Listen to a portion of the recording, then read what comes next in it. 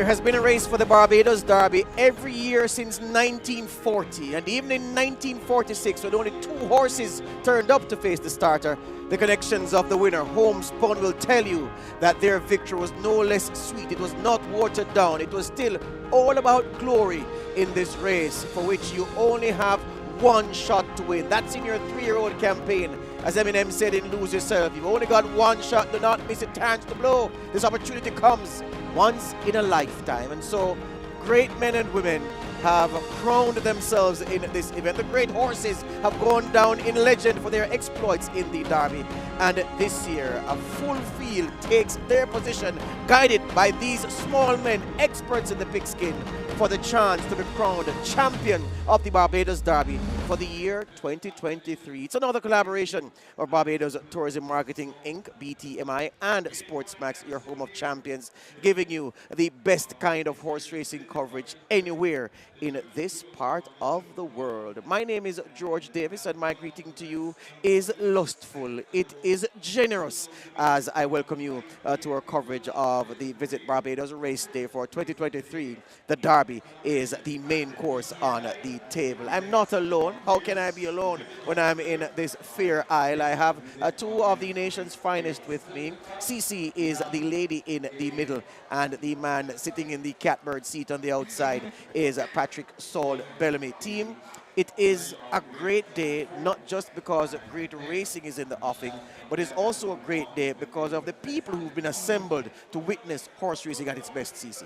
I am so excited. You know, you use the word lustful, and I'm just excited to be here with both of you today. It's a pleasure to kind of sit at this table and sit here in the Garrison Savannah to take on the Visit Barbados Derby Race Day. We've had an exciting day so far. Looking forward to more. You know, we just had the end of another race and the excitement in the crowd. I know, Salt, we were there watching and cheering along, so it should be extremely exciting. So that's my word. Yours is lustful. Mine is excitement and excited for the day. Excellent. Exciting is true, and we're getting to the exciting half of today's card, the second half of today's cards, where it says 5 through it. It's a pleasure to be back on Sportsmax, the home of champions. And as you said, the people, as you just mentioned, we just watched another race won by the people's champ.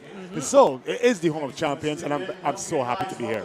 Absolutely so. So a popular winner, the People's Champ, was. CC, before you run on down, and Yes. we must tell the viewers that you'll be handling several of the interviews that we've been doing over the broadcast today, of course, using your local knowledge to very good effect. Horse racing has a special place in the hearts of Barbadians. I was here for the Sandalane Barbados Gold Cup. I'm a horse racing junkie. I've never seen anything like that anywhere in the world, and I've been to races more places than Jamaica, where I'm from.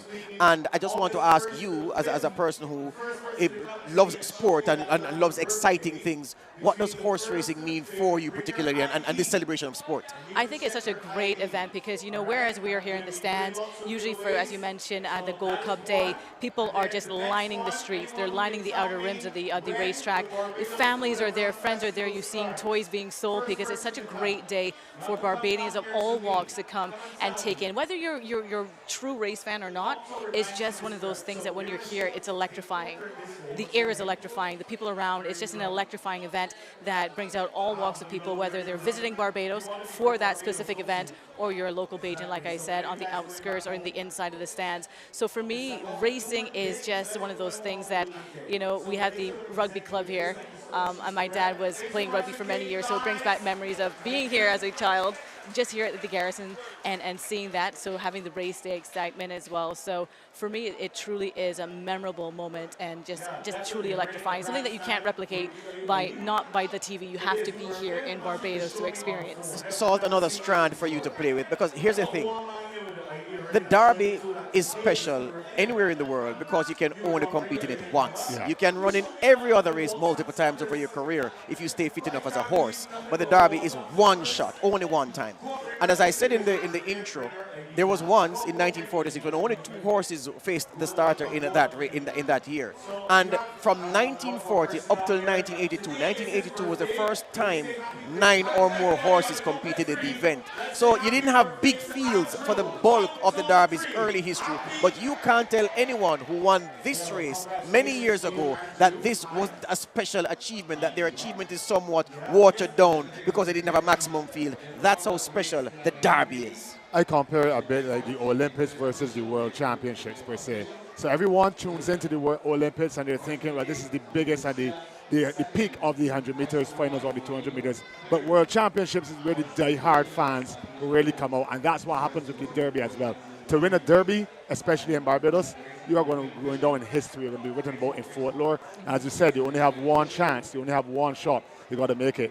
Absolutely. So, CC, the fact is that horse racing is unique in many respects because, well, it's unique because it's the only sport where two athletes are competing at the same time, the horse and the jockey. No other sport has two athletes competing at the same time, especially two from well, you have a human athlete and an equine athlete combining.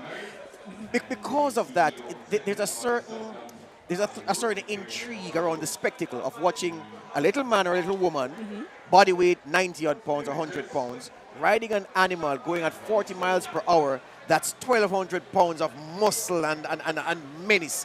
And that in itself has a special attraction to it, is the point I'm making. I think the word that, you know, when we talk about vehicles, we talk about horsepower. You know, so there's a reason that horsepower has been used throughout technology as well, because to have that, like you said, 90-pound man or woman sit up is a beast. Absolutely. When you hear those hooves coming down and you see just the, like you mentioned, the sheer muscle and the coat is glistening in the Barbadian sun, it's just truly like one of those things. It's like, wow. And a man is on top of there, a woman's on top of there, and they're controlling and back and forth. It's just one of those things that it has to be such a symbiotic relationship. There's no leader and horse, man and horse. You have to become one to truly, as you say, take that one shot and go down and finish and hopefully win. Yeah, Patrick, I've been speaking to a lot of railbirds since I've gotten here because you know that they have the best information. Always. And they've been saying to me, well, George, you know, and they've been giving me all sorts of horses. So I've gotten different opinions from different railbirds about who is likely to win. The one thing, the one area of commonality across all of the railbirds is that the ground, the condition of the turf is going to be the great decider. Officially, when we came here this morning, it was rated as good to soft. The sun has been out for a few hours now, so it may be firming up a little, but it's still officially rated as good to soft. I wanted to give me an idea of what likely effect the ground is likely to have on the composition of the frame, 1, 2, 3, 4, when the derby is finished later. Well, I always take my cue. As I said, the sun is out, so we expect that the turf will dry out a bit. But I take my cue from how the horses at the savannah are going down to the gates. And I noticed that they're still going down on the sand track, which indicates to me that the ground is softer than they would like, and they're trying to preserve it as much as possible for the goal, for the derby. Having said that, that means that the horses that like a little bit of a cut in the ground will definitely have a better chance today, or should find the conditions a bit more favorable. The last time you were here for the Midsummer Classic, there was some moisture in the air, and we saw what happened then. So we look out for that as we approach the Derby. That's race 7, right? Yeah. Yeah. And CC, for those who have dressed in their finery, others who've just come because they love horse racing, there's a particular thing about a day out at the races. Yes. A day out at the rugby is special, a day out at the football, at the cricket. But I'm suggesting to you that, and I'm biased because I'm a horse racing man, I'm suggesting to you that a day out at the races with all of what it combines, royalty, revelry, finery, entertainment, food, and then watching the spectacle of a man and a beast, or a woman and a beast, as one, as you said, that's what makes the experience today of the race, the Visit Barbados race day, particularly alluring. It truly is, and you know, walking around earlier today and seeing people, you know, they're talking, you know, Salt and I had it off camera, we were like, well, who are you? You know, there's that kind of friendly competition, or whether we're coming together to be like, yeah, you know, and he's going to give me the insight because he knows what the track is like. But, you know, I heard earlier today, and I was down here, and I heard the guys down there who were here for training sessions. So it really is one of those things that bring people together. And even if you're competing, you're saying, oh, my horse is going to win, it's all in fun. And I think that's what Bajan culture is all about. We go back and forth as well. So it truly is a really great experience to be here. Excellent. So, all right. So our first break is upon us. We are covering the Visit Barbados Race Day 2023. The Visit Barbados Derby is the feature event on the card. Can you tell that I'm excited? It's my first Barbados Derby, and based on the hors d'oeuvres, I'm really looking forward to that main course. We take a break. When we come back, CC will be in another place, but she'll be working and working hard in concert with myself and the Salt.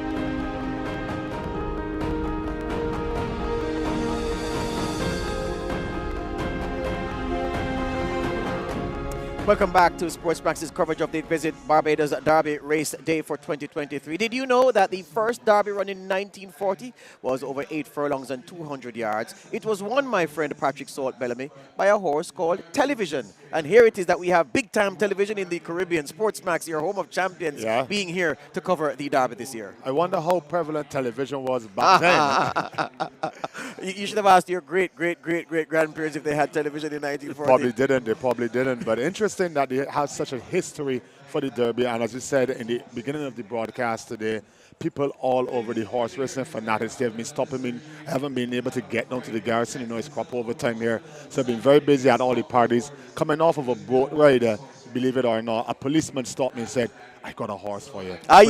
So I'm keeping that one in my back pocket until we get to race 7. In your back pocket, my friend. All right, let's review the first 4 races on the card. We are getting ready for race 5. We're going to give you the betting on race 5 in short order, but let's just take you through the first 4 races. I can tell you, my friend, that trainer Eddie Walcott Jr. has already struck twice, and Rashid Hughes has also struck twice. Speaking of Rashid Hughes, he opened the card with number 8, Mirror in the Sky, in the first race. The first race was over 1,570 meters, approximately 7.8 furlongs on the turf for 3-year-olds and up, and number 8 Mirror in the Sky won that one, beating number 2 Impeachment. Number 3 Red Eagle was third. Red Eagle, a winner on the last occasion. We were here together on July 1, and the horse finishing 4th in race 1 was number 11 Rite of Passage. Then in race 2, the winner Moondust. Let me tell you, that was the most important, the impressive performance of the afternoon so far, Moondust, because guess what? Bred by Gay Smith, owned by Gay Smith, and of course Eddie Walcott Jr.'s first winner, Antonio Bishop in the irons. The moment the man let them go, the bell went, Moondust was ridden very aggressively to the lead. So, of course, she got the rail run. She was drawn in 2, so ideally drawn. And she took the shortest route around. But she left the gate like a bat out of hell, and they didn't see her until she was being pulled up after passing the finish line. 5.5 furlongs. It was a devastating performance from Moondust. Very impressive. So she won race 2. Was the time good, though? No, because the track is slow, as I said, as I was indicating. So the time wasn't impressive, but visually, the performance was really worth something. So Moondust number 2 in race 2, beating number 10, Major Bobby KMP. Then the 3rd place finisher in race 2 was number 5, Rare Nickel. And in 4th place was number 8, Vita Rosa. Then in race 3, over 1,800 meters on the turf course, the winner, number 5, Simba, a guts performance in that race, Assault, taking the lead down the backstretch and repelling the very strong challenge of the favorite War Party all the way to the finish. So Simba, number 5, winning race 3, beating number 1, War Party. In 3rd place was number 4, Manx, who ran in the Creole Classic and helped to prompt the pace in the Creole Classic before fading away. Finished 3rd in race 3, and in 4th was number 6, Leia. The fractions in race 3. The quarter in 26.3, the half in 50 3/5 of a second, 6 furlongs in 1 minute 17 and 3. They went a mile in 1:44 and 2, and they finished for 9 furlongs on the turf course, 2 minutes 2 and 2/5 of a second. Yes, the time is slow, but the going is really, really challenging out there on the track. The 4th event, the St. Lawrence Gallop Handicap, over 1,800 meters, again 9 furlongs on the turf course. The winner there, as Saul told you, People's Champ, a very popular winner here at the Garrisons this afternoon, beating number 1, War Eagle. In 3rd place was number 3, Nilos, and 4th was number 2, Rapunzel's Dream. Yeah, that race just now, race 4, brought the Garrison Savannah, the grandstand, to its feet. As I said, popular winner, you can tell that just by the stretch drive between that horse and War Eagle coming down. A lot of people wanting People's Champ to win, and happy to see People's Champ in the victory circle this Saturday. Yeah, and a measure of the fact that that race, the 4th race, the horses are cut above those in the 3rd race. Same distance. Yeah. The 4th race was completed in 2 minutes 2 and 2/5 of a second, where Simba won. The final time in the race won by People's Champ was 2 minutes 1 and 3/5. Yeah. So a full second faster than Simba won over the same distance. So these horses, of course, better than those. People's Champ, and they seemed fairly pedestrian in their run as well. And they seemed fairly pedestrian, and that's the point I'm making. Yeah. All right, the 5th race is where we're going to start our live race coverage. It's the Kadooment Sprint Handicap. It's over 1,100 meters, 5.5 furlongs. You're getting a shot of number 1, Afternoon Delight. Deshaun Hazelwood will ride for trainer Robert Pierce. And number 1 on the board is at 3-2. Well, new flash on the board, 7-5 for number 1, Afternoon Delight. Number 2 is The Code. Ricky Walcott rides for trainer J.M. Cozier.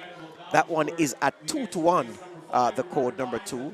Then number 3, Kariba Star. We tried with this one the last time we were at the races, so but the rate didn't quite come through. 9-2, Kariba Star on the betting. Andrew Nunes, who won just now with People's Champ, looking for the quick double of the Jamaican trainer. Number 4, Show Me the Money, is at 3-1. Show the money. Show the money, beg your pardon. Show Me the Money. I'm thinking of Jerry Maguire movie. Number 5 is Rio Ponte. Rio Ponte is at 5-1. Bellamy rides for Pierce. Is that your brother? I wish. You wish. Number 6, a Solar Kitten. Number 6, Solar Kitten, is at 8-1, rounding out our 6-horse field. So the favorite in the betting is at 3-2. That's number 1, Afternoon Delight. We understand that our friend Cece has an interview for us, and we go across to her now.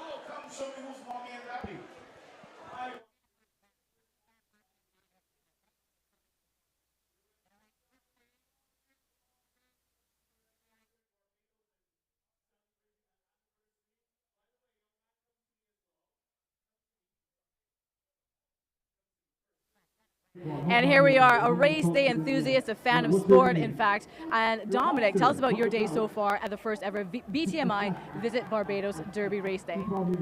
It's been a wonderful day so far. I think the BTMI is doing a great job by putting their money and their efforts and good hard work behind an event like this. I think there's a lot more we can do with horse racing and promoting it throughout the region and internationally. I think Barbados, not only do we have it's a great destination to visit, but I think as a sports tourism destination, I think there's a lot more that we can do, and this is a small step towards that. Okay, so I know Gold Cup is a big race day here. Also, BTMI is heavily involved in that, and you did something special for the first time ever. So tell us about your Gold Cup Village experience. Yeah, as I would have alluded to a couple of months ago, I think it's an idea that I had for a very long time. I visit Ascot, Royal Ascot in the UK quite a bit, and I saw the idea and I said, well, this could possibly work in the Caribbean, obviously with a bit of West Indian flavor, and I think this year it was very well received. I mean, literally like 2 weeks afterwards, I had calls making reservations, people from overseas. I haven't even started putting away things yet, and we had interest for next year. So we're looking to do it bigger and better next year, obviously adding some stuff to it, and we hope to have all the sponsors on board as well. Okay, and last question, who do you have for the big race? I'm going to put you on the spot right now. Oh, you're putting me on the spot. I'm not going to give any names, I'm not giving away any wagers. No name, no blame. Okay, so we're going to send it back to George and Salt and hear from them. So thank you so much, Dominic. And whoever you bet for, good luck. Thank you. Yeah, so thank you very much. The only thing wrong with Dominic Hill, Salt, is that he's a Liverpool fan.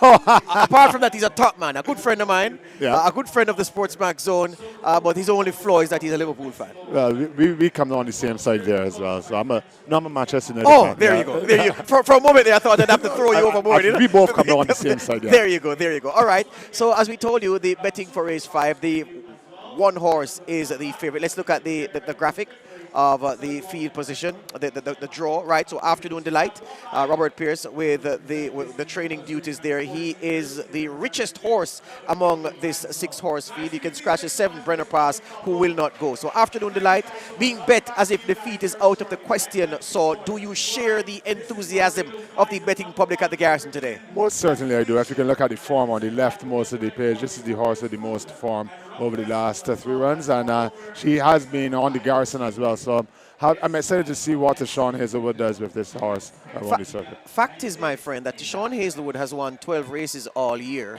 and 3 of them have been with this horse, Afternoon Delight. So they have a very good partnership. So I'm sure that has bled into the reason so many people have gone for Afternoon Delight to win this race. The chemistry is just definitely there, and the history is speaking for itself. So the battle is really going to be for 2nd place then.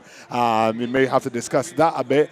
How are you feeling about Kariba Star today? We were sweet on that horse the last time. I was looking at the condition. I thought I detected a little bit of dryness in the coat. I never like when my horses are showing me that. There's a sheen on the hind quarters, but that's from the application of the sheen enhancer by the groom. Yeah. And I'm looking at you know the first thing I'm going to look at, the bandages. Kariba Star has 4 bandages, and he's 7 years old. He's not a young boy. No, she's not a young girl, Kariba Star rather. 3 lifetime wins from 22 starts. A 7-year-old who has run 22 times, that does suggest that there have been significant problems keeping this one fit Andrew Nunes has had over the years. Only one run so far this year. That was a third place finish. Ran 7 times in 2022. Didn't manage a victory. Didn't manage a second place finish either. Best finishes were 2 third place finishes. So I think that Kariba Star today may find a few fresher ones, a few younger ones, packing too many punches for her. And the fact is,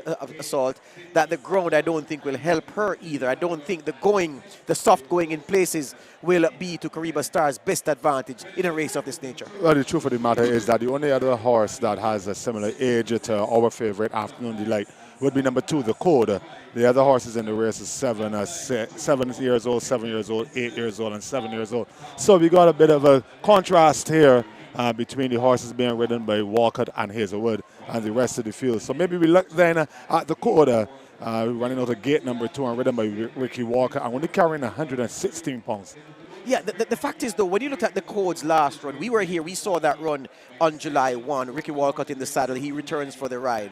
This horse led for a long way, and it was only in the final furlong, turning for home, that the effort took its toll over 1,570 meters with 118 pounds. And he blew up in the last furlong, absolutely blew up, finished 7th by 9 3/4 after leading into the straight. So something went amiss, or the journey was too taxing. Significantly shorter, significant reduction in trip from 7.8 furlongs to 5.5 furlongs. Still, well, comes in even lighter, drops 2 pounds from the impost he carried in that disappointing run on July 1. I think the Code is a serious threat to the favorite in this event based on those matrices rather. Yeah, it's a sprint race and anything can happen out of the gate. We'll see how they unfold out of the gate, but I'm thinking it's going to be a 1-2 for 1-2.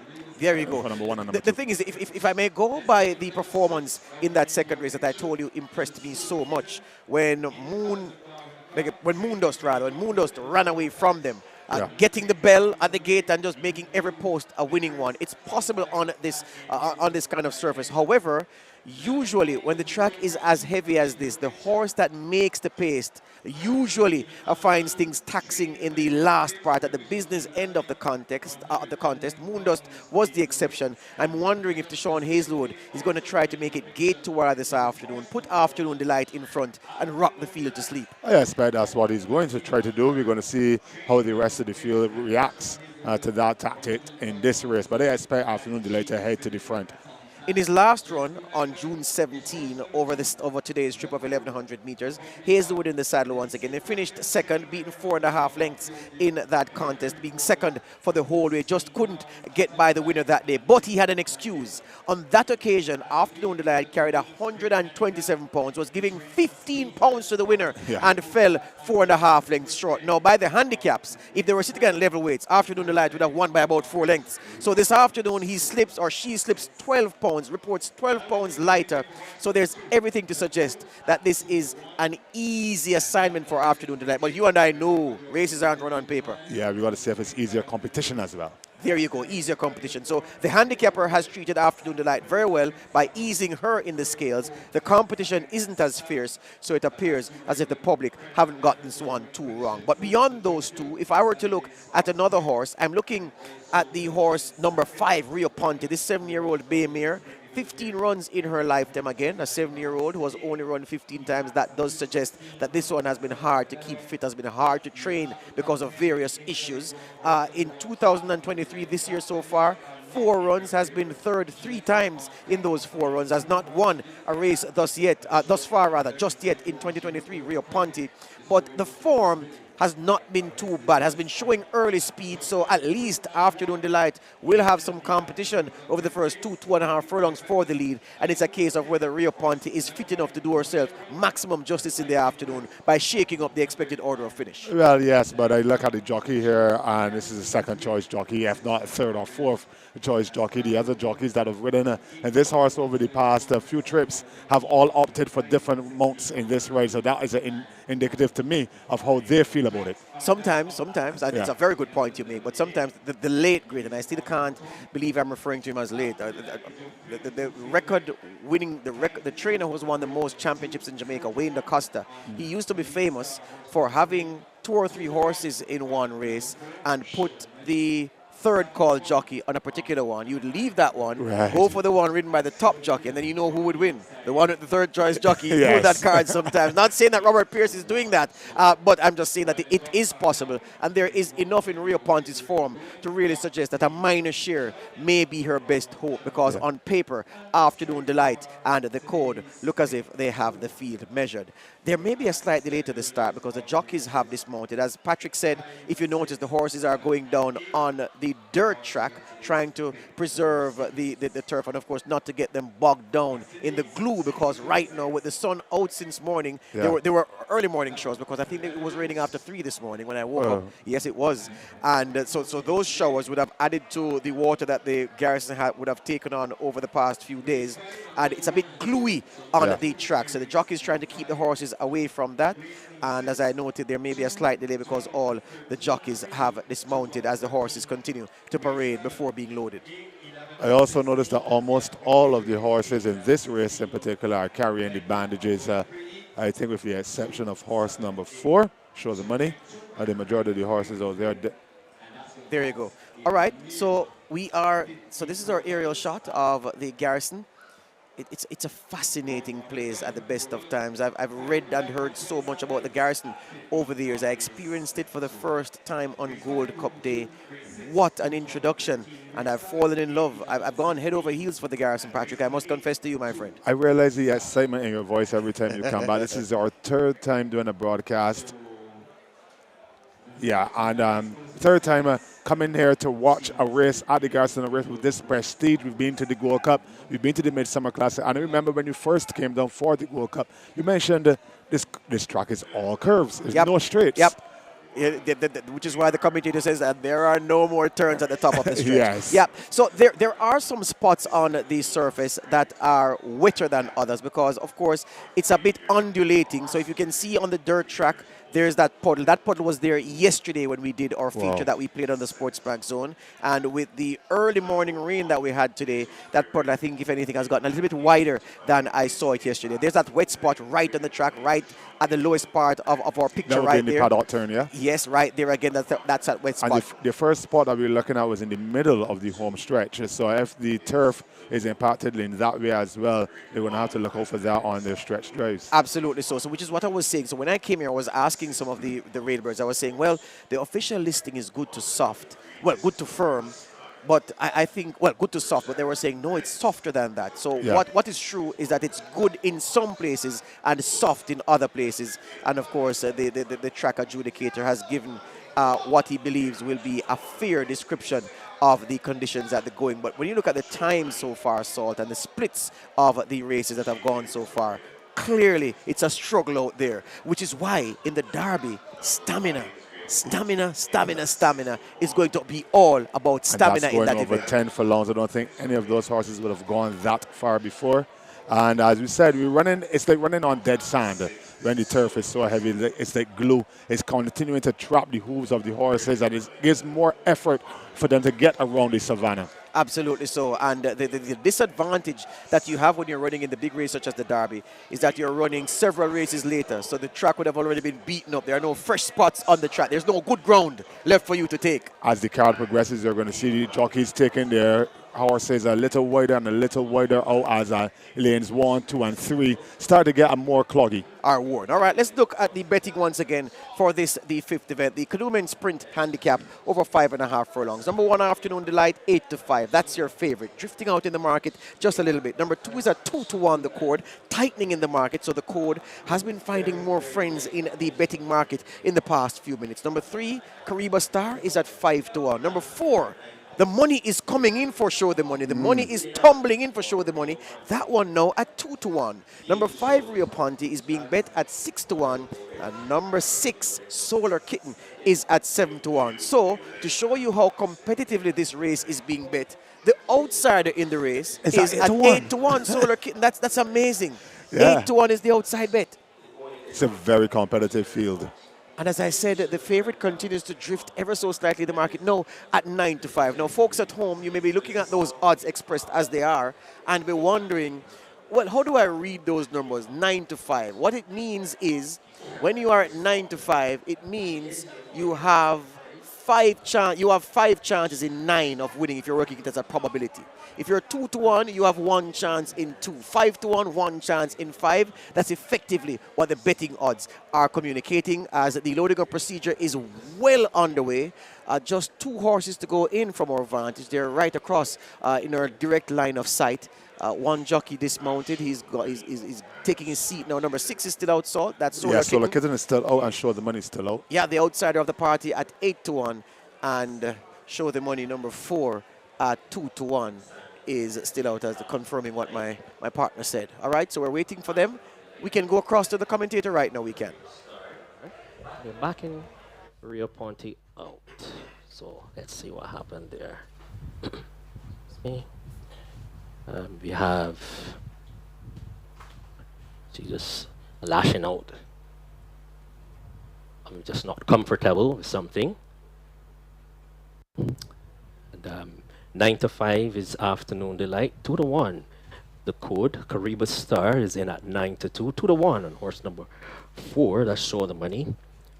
Rio Ponte, number 5, who's given a bit of trouble, is in at 6-1 and 7-1 on Solar Kitten. Horse number 6 has you have a throw of hands there. Just trying to get Rio Ponte in. You have this twitch on her, and twitch on her, yes. And she goes in. We're waiting for Show the Money. It's a good crowd. Now coming here as we get closer to the Derby. And can see Rashid Hughes aboard. Show the Money. He's already on 2 wins for the afternoon. I'm sure he would like to increase his tally by the end of the day, as hands are required again for Show the Money. In blinkers, horsepower versus manpower, and manpower wins out this time. So Show the Money goes in, and Solar Kitten will be the last to be loaded. Goes in. They're on the starter's orders, and away they go. And Afternoon Delight was the first to show, but going by now is the stable companion Rio Ponte. So it's Rio Ponte who's gone to the lead. Afternoon Delight is in second. They've gone on by a length now to the code, followed by Show the Money. On the outside is Solar Kitten and Caribe Star. Just about 4 lengths covers the entire field as they pass the 4 furlong marker.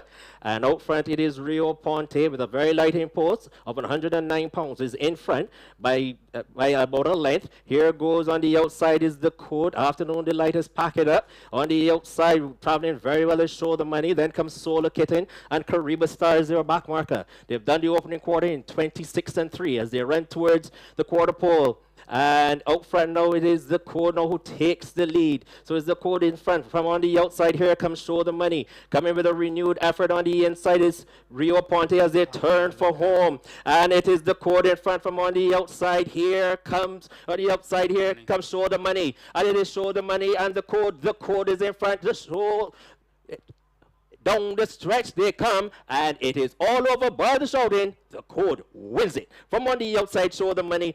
Afternoon Delight was third, then Caribe Star, Rio Ponte, and Solar Kitten in 109 and 1. In a moment, the unofficial placings for you. 2-4-1-3, 2-4-1-3. That's how they finished in race number 5. 2-4-1-3. Number 2, the code at odds of 2-1 getting the job done. Show the Money second. Number 4. Number 1, Afternoon Delight, rallied for 3rd place, and in 4th place was number 3, Caribe Star. 2-4-1-3. Salt, I don't know. Yeah. I suspect that the trainer of number 1, Afternoon Delight, Robert Pierce, is going to have some words with our jockey, Tishon Hazelwood, a very good young jockey. But I think he'll have to ask him, well, how come you lost 2 positions, 3 positions down the backstretch at a crucial point in the race? And it was that shuffling back that eventually left Afternoon Delight with too much to do. Too much to do make at up the the end. ground, turning off the final turn. We had spoken a bit in the beginning before the race about Rio Pointe, and there are stablemates. We had thought to the fact that it was being ridden by Bellamy. I saw Bellamy take Rio Pointe to the lead, and I thought to myself, maybe this is the strategy. But as you said, Hazelwood, was it Hazelwood? Tishon Hazelwood, yes. Took the horse back too far to me afternoon delay, and then it just never seemed to fire. I don't know if it's the condition of the ground can be blamed a bit on it, but the legs looked tired after they passed the 2 furlong pole and started heading towards the finish. I'm very happy that we've gotten this replay here, because I thought that he was squeezed for space and had to shuffle back, but he was not squeezed for space. Somehow he just lost ground around the turn, and by the time he got the horse to balance once again and start picking up, the code had gone, show the money had gone, and he ran out of real estate to run them down. So I'm sure Tishon Hazelwood would want this one back, not his finest hour in the saddle. I do not believe so, but again, it's Ricky Walker that's reading the code, and Ricky Walker will find a way when there is a way. So congratulations to the code and to Ricky Walker, all the connections of that horse. A very good victory here at the Garrison Savannah in the Kadooment Sprint. Yep, trainer James Cozier, Ricky Walcott, the Colts' third lifetime win from this, his 19th start. You're watching the Visit Barbados Race Day 2023 here on Sportsmax. It's our collaboration with Barbados Tourism Marketing Inc., BTMI. And the fun has only just begun. We take a break, we come right back with more on your Home of Champions.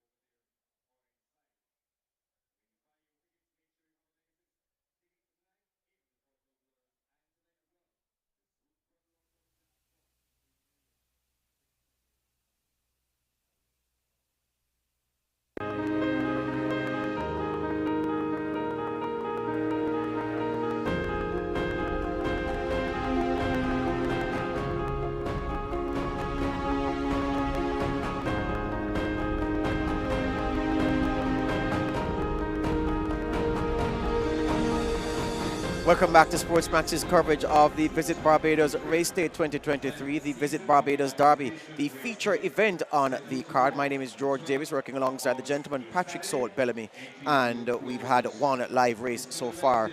That was race 5. I can tell the viewers, Saul, the children watching the broadcast especially, that horses trained in St. Vincent and the Grenadines have won the Derby 6 times. Have won the Barbados Derby 6 times. Horses from St. Vincent and the Grenadines. You're 6 educating times. me as well here. There you go. The first one was Best Wishes in 1951, and the last one was in 1972. Give it a chance in 1972. So Best Wishes in 1951, 1972 the last time. So 6 horses from St. Vincent and the Grenadines. I'm giving you information, my friend, so that when you are doing your trivia games, you can be sure to win some money. It makes me wonder what became of horse racing in St. Vincent, though. You have any idea? Excellent question. Economics and other things have taken over, and maybe available size to build a competitive track. Anyway, CC, our colleague, is downstairs with us, and she has another interview for us. And here we are trackside with the winning trainer of horse number 2, Mark Jose. How are you feeling coming off of that win? I always feel well. Anytime one of my horses win, it's always a pleasure to get a winner. Now I see that you're here with some family and friends. So what day, how did you make this day special for you guys? Well, I always try to encourage people to come out to horse racing and support horse racing no matter what. So a lot of new people I always kind of try to bring to the track, try to hopefully get them hooked and encourage them to get involved in horse racing. So how long have you been in horse racing? Well, I've been in horse racing from the time I was a baby. My family been in horse racing, not only in Barbados, but through the Caribbean before I was born. And coming off this win, what kind of preparation did you put in for today? That's a secret. I don't allow my trade secrets. A lot of hard work, though. A lot of hard work. And some secrets. And a lot of spending of money.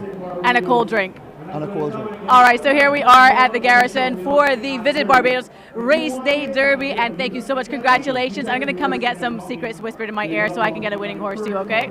All right, thank you so much, Mark. We are here more Sports Max, and it's going to be an exciting day ahead. Even more actions coming your way, so let's check back in with George and Salt. Thank you very much, CC, as we watch the closing stages of race 5. The code in the center, and the jockey is in the ideal position. He can look left, look right, look at what his rivals are doing, to look where he needs to angle his horse to make the forward thrust of any dangerous rival that much more difficult. But he didn't need to do that. All he needed to do was keep a straight course, jockey Ricky Walcott, to get the job done. Number 2, the code. All right, let's look at race 6 now, my friend, because it's called the last lap. It's the last lap before the Derby. I don't know if that's why they named it the last lap. It's 1,570 meters or 7.8 furlongs on the turf course, of course. Number 1 is Fly Me to the Moon. Kelly rides for Jay Simpson. Number 2 is Oberoi. Ex-Ford rides for Robert Pierce. Interestingly, every time I look at Oberoi, I feel a little bit sad. What is this? This is a horse, Oberoi, as we look at the graphic of the field. Number 2, Oberoi.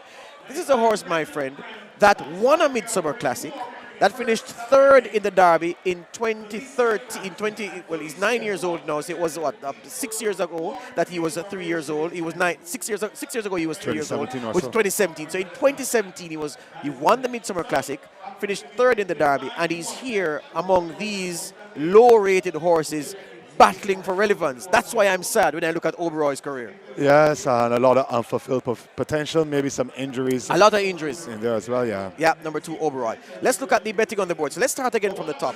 Well, the betting odds aren't out yet, so let's just run through the field. So Fly Me to the Moon, number 1, Oberoi, number 2. Number 3, 17 Millionaires. Number 4, Gazy. 5 is Priceless. 6 is Jackman and the Gap. 7 is Cap Rocat. Number 8 is Scarface. Number 9 is Edelweiss. Scratch number 10, Riddick. Number 11, Life is Great. Number 12 is Super Heights. 13 is Shake Them Up Noble. 14, Visionary. And 15 is Ava's Girl in the 1,570 meters turf contest. CC, we here has another interview she has an interview with a representative from Barbados Tourism Marketing Inc., our partner and sponsor for this broadcast. Let's go on down to her now. CC, take it away. And here we are. Now, Team BTMI out in full force today, of course, and we're catching up with Keisha Springer. Now, Keisha, you have a very important role to play today, right? Yes, I do. Yes, I do. I'm the PR and Communications Manager at the BTMI, and my main project today is the crop over familiarization plan. Okay, so we are actually here at the races, but we are in the middle of crop over, so I know that you're running on like zero sleep.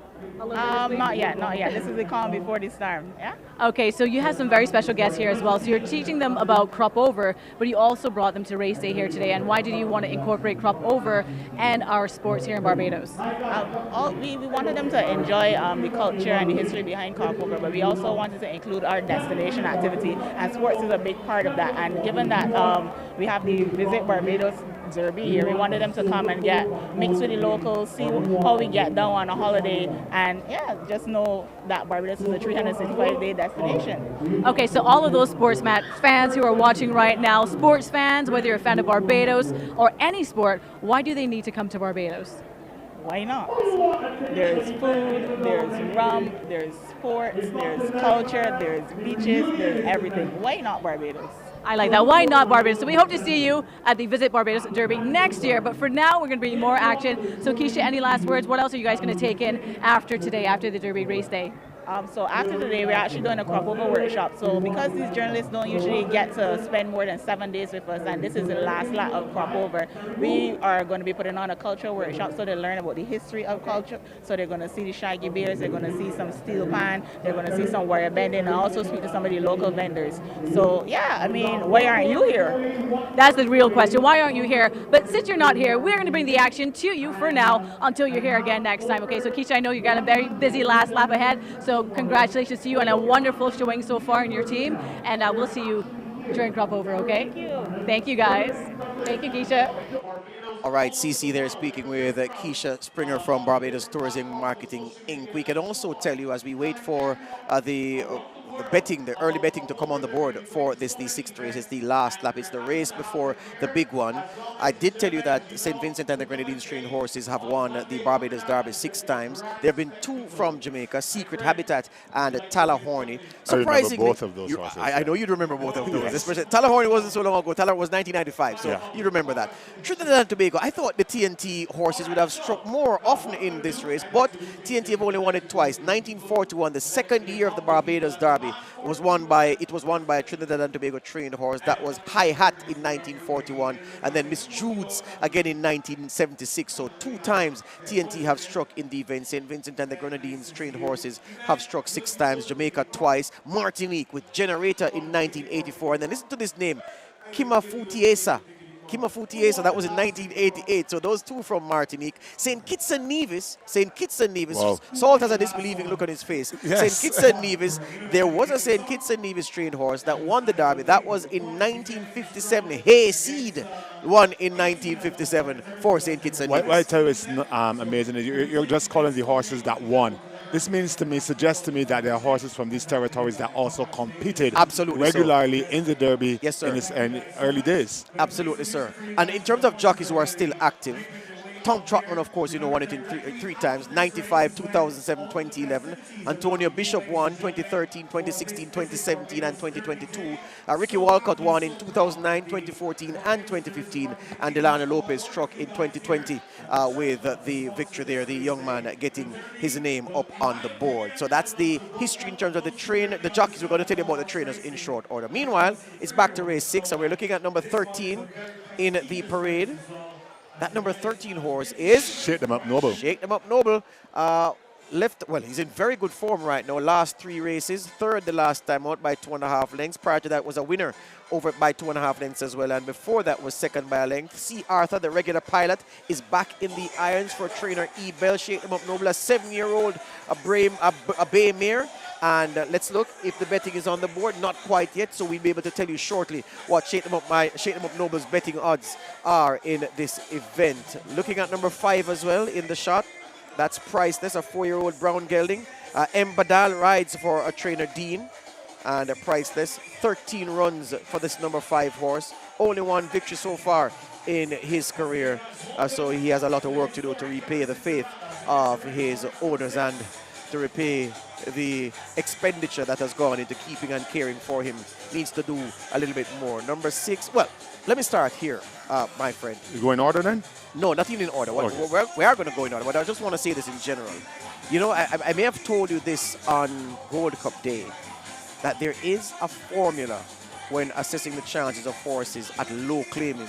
And I said it was a simple formula, and I found that it works across racing jurisdiction. Doesn't matter where in the world you apply it, it works. And the formula is this. When you are working with horses who are the lowest rated horses in a particular country and they are bunched together for a race, it is always best to look at the records of these horses to see who has won the most races. Yeah. So the winningest or winning most horse in the race, you set that horse aside. Then you look for the second and third, and it is very likely that the winner is going to come from that group. I've tried the system since the early 1990s as a high school boy in Jamaica, and it has worked. It works in Britain when I'm watching the British races. It has worked so far in Barbados. It works in TNT. It works everywhere. We call that horse the system horse. So when you're gambling, when you're betting, when you're wagering on horses that are not high class for whatever reason, whether injury has diminished them or they just weren't great shakes early, when they are bunched together, as this lot is for this race 6 here, you look at the horse's record and pick the horses who have won most races. So, along, my friend, let's apply that system to this race 6. The last lap. The last lap. All right. Number 3, 17 Millionaires, has 7 wins, so set him aside. Number 2, Oberoi, has 6 wins, so set him aside as well. Jackman and the Gap, number 6, you can set him aside because he's won 7 times. Then number 8, Scarface, should get the treatment because he's won 6 times. Then, after those, you look at number 12, Super Heights, who has won 14 times. So you set him aside as well, even though he's 11 years old. And those are the horses you focus on. And as night follows day salt. Let's look at them again. Right. Mention them again. Let's go. So we're looking at Oberoi, 17 Millionaires. Yeah. Jackman and the Gap. Then we're looking at Scarface.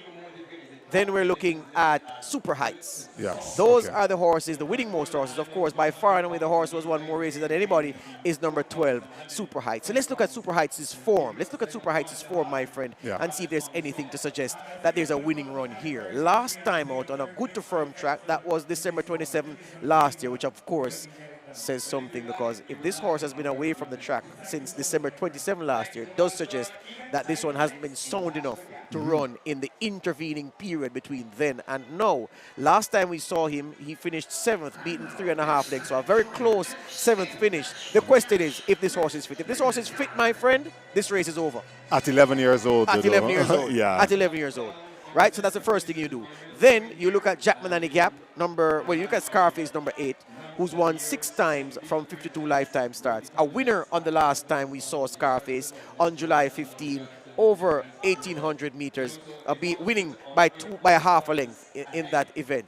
So number 6, Jackman and the Gap, 7 wins under his belt, but he hasn't won in a long time. Didn't win in 2022. He ran 11 times in 2022, didn't win.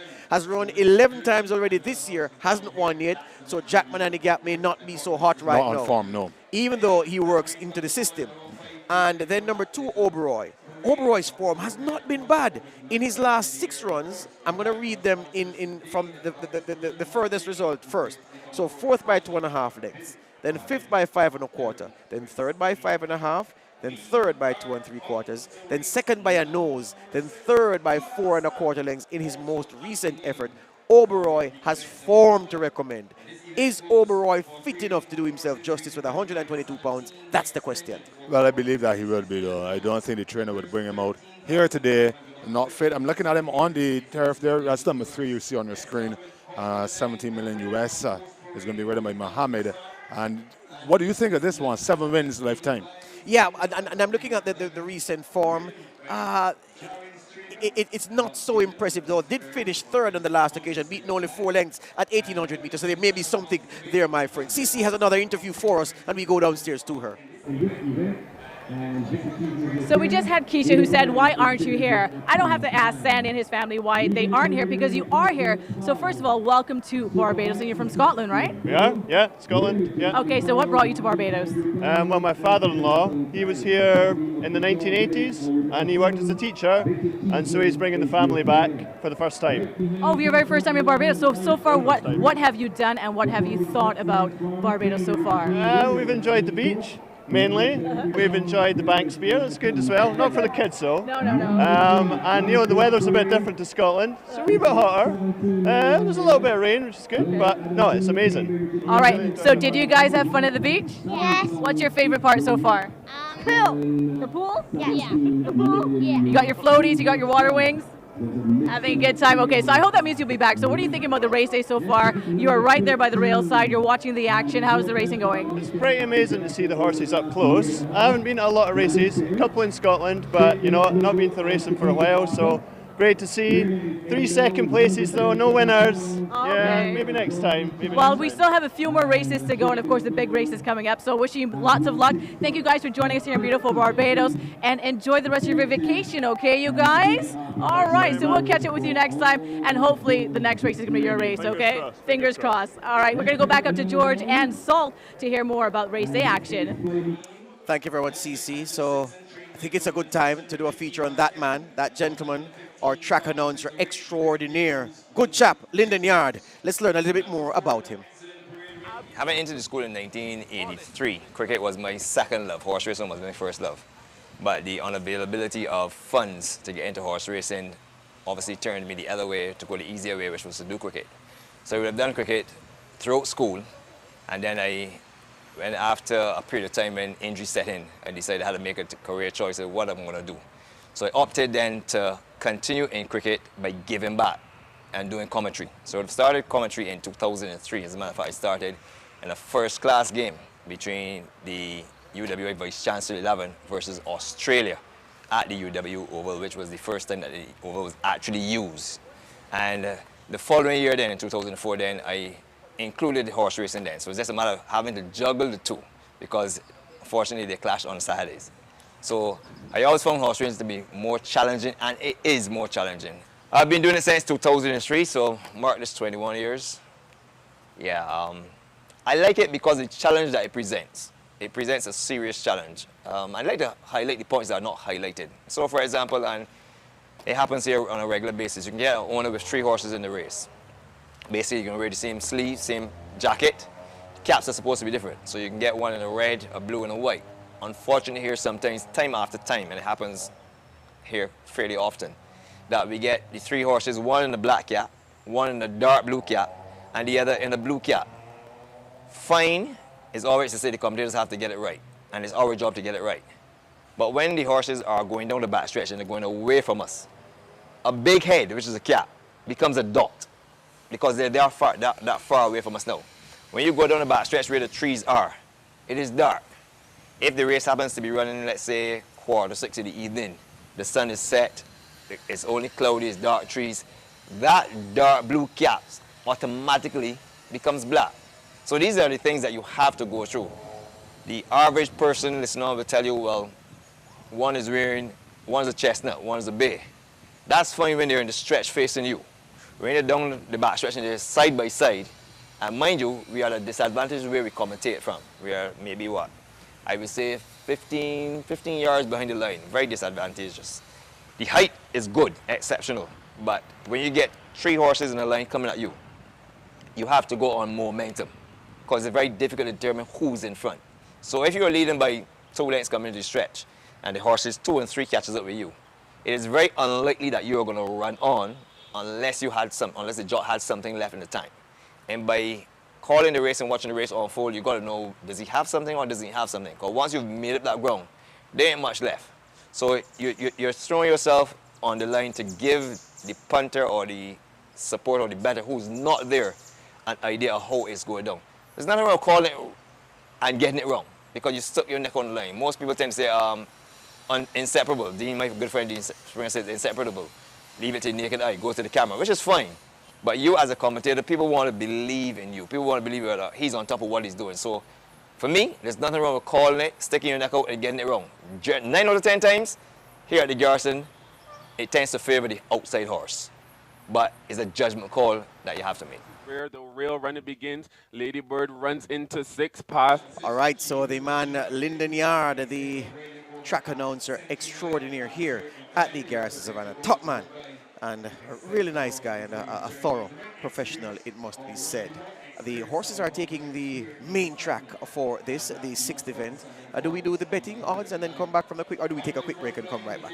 All right, I think we should take the quick break and come right back and look at the betting odds for this, the 6th race, the one before the one.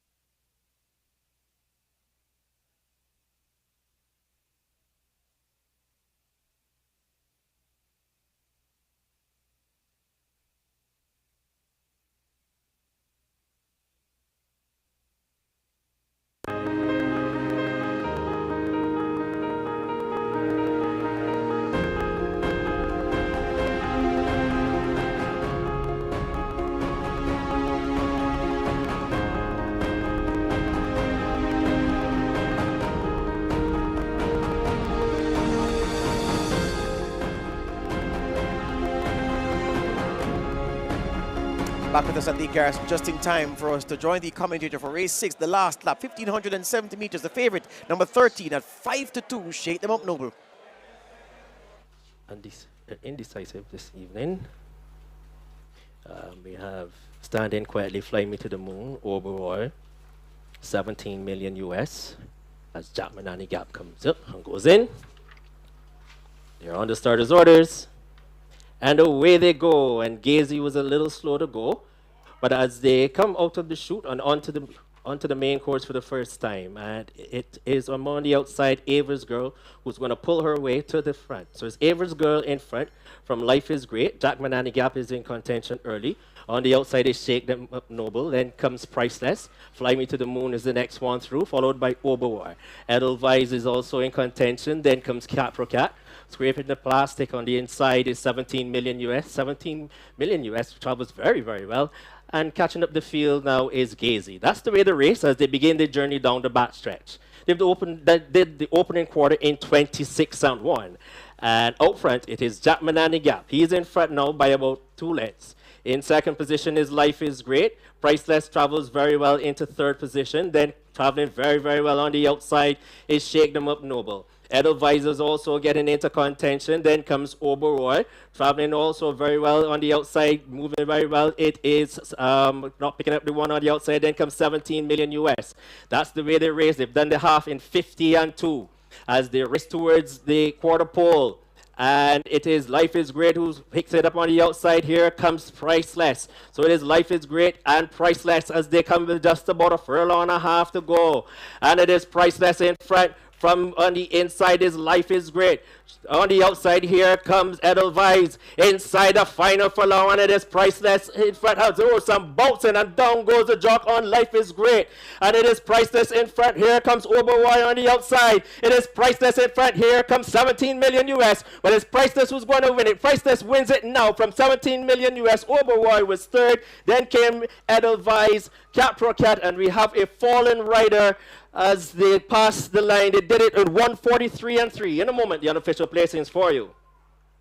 Stewards inquiry, the sign will go up anytime now because once you have a faller, it's an automatic stewards inquiry. The stewards will look at what happened in the stretch run to cause that jockey to fall. From my vantage, I saw him land on his feet, which is how you are taught to fall as a jockey. And once you do that, then the initial shock of the fall will have been cushioned by the legs. And so any chance of injury will be diminished by that kind of fall. A fall on the feet is the best way to do it. And let's just see if the jockey is able to walk from the track on his own steam and if he's able to complete his assignments if he has any more for the rest of the card. And as I speak, the track announcer Lyndon Yard telling the public that the stewards inquiry is underway already. The stewards looking into the incident in the stretch run, in deep stretch, when that jockey fell.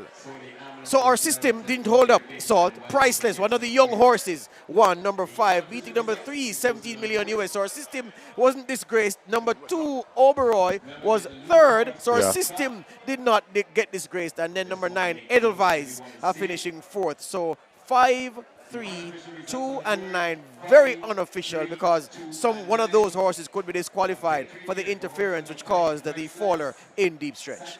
Yeah, we saw the jockey on horse number 11, Life is Great. One of the favorites in the race, touching the turf in the home stretch.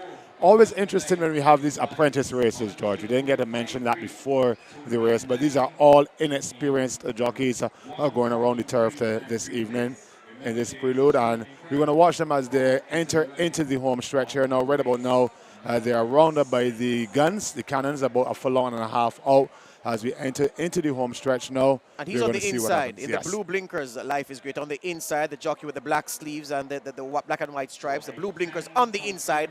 That's Life is Great. Let's keep our eyes on it, Saul, to see what caused the fall. So he's too close to the rail and the horse stumbled. The horse stumbles, yes. Yeah. And he lands, look at that.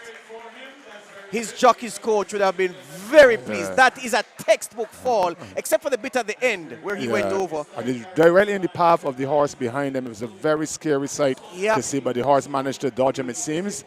And I'm getting some reports here that he's walking off under his own steam, so that's good to know. Excellent. And you see him adopt the fetal position upon the fall. That's what you're also taught to do. And if we could see that once again, we'd really appreciate it. But excellent work from our guys. The final time, 1 minute 43 and 3/5. These splits, the first two furlongs, 26-1. First 4 furlongs, the half mile in 50 and 2. As we see once again, so look. So he's on the inside, comes too close to the rail, gets squeezed, the horse stumbles badly. Yeah. And he goes The horse over went to its knees. Yeah, goes over to the side, and look at him. You're taught to hit the ground with your feet. So he hits the ground with both feet, both feet right, and then goes on the knees, and then it's that part now when he comes over on the neck. Yeah. And let's see if he's clipped by the horse trailing. No sign that he was clipped. And if he escapes injury, he's a lucky man, but also a skillful man. As I was saying, his jockey's trainers would have been very happy with how he managed to execute that fall, because when you fall as a jockey, you're expected to execute what you've been taught, how to fall. And if there was a tutorial on how to fall from a horse, that was how it should be done. And the horse was came into conflict with the eventual winner, the horse that passed the post force price test. So we will definitely have to see if the results are affected by that fall. Interesting to know as well that because it's an apprentice race, all of these jockeys, or the majority of them, are in the same school. They all graduated around the same time. They will have a bit more camaraderie with each other, and you can see glances ever so slightly as he went to the turf, as other jockeys are expressing their concern as the race progresses in the main part of the race, the home stretch. Absolutely so. So another part of the, CC has an interview for us downstairs. Let's go across to her. And here we are. So Barbados horse racing brings out everyone. So we have a Trinidadian who owns horses in Barbados, in Jamaica, in Trinidad, Stefan Narayan Singh, and you're also the owner of one of the champions so far, People's Champ. Yes, hi, yes. Good evening, yes. So how are you feeling after your early win today? I'm very happy, but focus on the derby. People's Champ has done so well for me. He has won the Triple Crown, he won the Tanglewood earlier in the year. So just seeing him run, I would have been happy with any performance. He has done all he can do for me, an owner, and for our stable. So I'm proud of him always. So we have one race done and we have another race coming up because Hot Step is actually in the Derby today. So how are you feeling about Hot Step? Are you a little nervous? Before I would be nervous, but I've been experienced this feeling of the derbies and winning and losing. So just being a part of a derby is an accomplishment, and I want to all my other owners with Hot Stepper, Mr. Punai from Barbados, from Guyana, sorry, Mr. Drake, Mr. King, and also Mr. Luke. Right? Okay, so we have one win so far. Wishing you best of luck in the Derby. Hot Stepper is the hot ticket for that, so make sure you stay tuned. Best of luck, and of course we'll catch up with you, and we'll catch all the race action right here on Sportsmax. So thank you so much, and best of luck, and enjoy the rest of the day. Thank you very much, CC. So Stefan Narayan Singh there, a man who co-owns and co-owns some of the top horses in the English-speaking Caribbean. Struck up a very good partnership, as he mentioned, with the late, great Elias Halut and Anthony Baba Nunes, Andrew's brother, who is a former champion trainer in Jamaica, two-time champion trainer, did so very well with Stefan Narayan Singh. Stefan Narayan Singh had the blue, white, and yellow silks with the Superman, on the chest and on the back. Yeah, he had that. And yeah, he's a very good racing man, and we wish him even more success than he has enjoyed so far. When we return for this break, it's a full run. It's a dead run. You know what a dead run is? A dead run is a sprint at maximum speed that you are looking to sustain all the way to an intended target. It's a dead run right to the coverage at the start of the Barbados, the Visit Barbados Derby, sponsored by BTMI, Barbados Tourism Marketing Inc. Salt will give you the insight. I'll give you some information, and we'll enjoy the coverage together.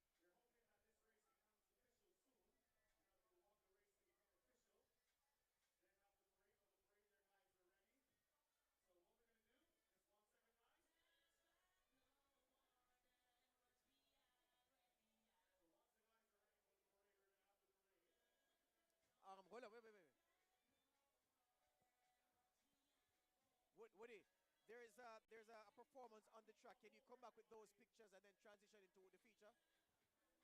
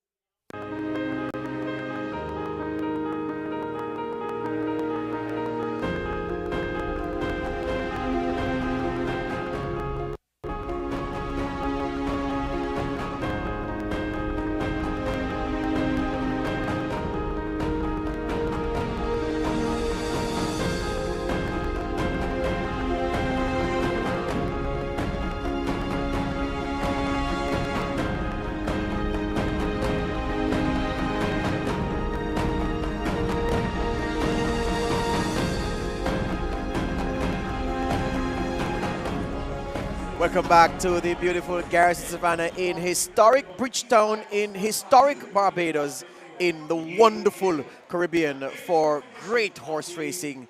It is the Visit Barbados Race Day 2023. The Visit Barbados Derby is upon us now, and our preview will begin in short order. What we can tell you is that there is a performance that is out on the track.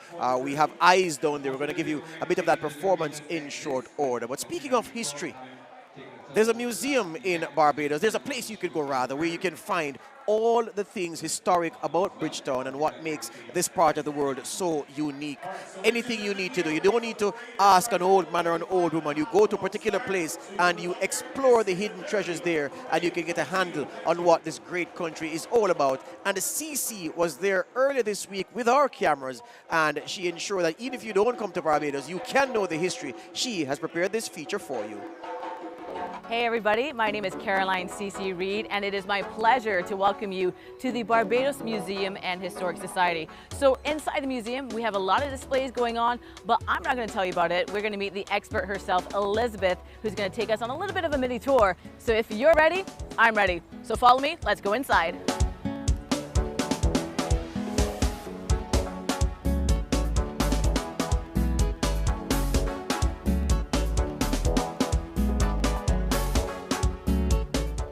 Here we are at the Barbados Museum and Historical Society, and Elizabeth is the senior tour guide of the museum. And just speaking to you before, you are so passionate about what you do. So how did you get into this whole history of Barbados? And so my beginnings in becoming a tour guide was actually with our junior creator program, which we actually do every summer.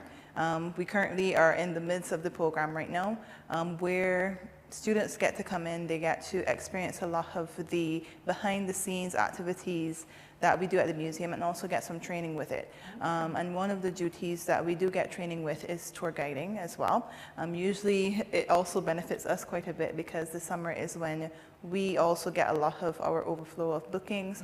So I get a lot of hands-on assistance when they go through the program as well.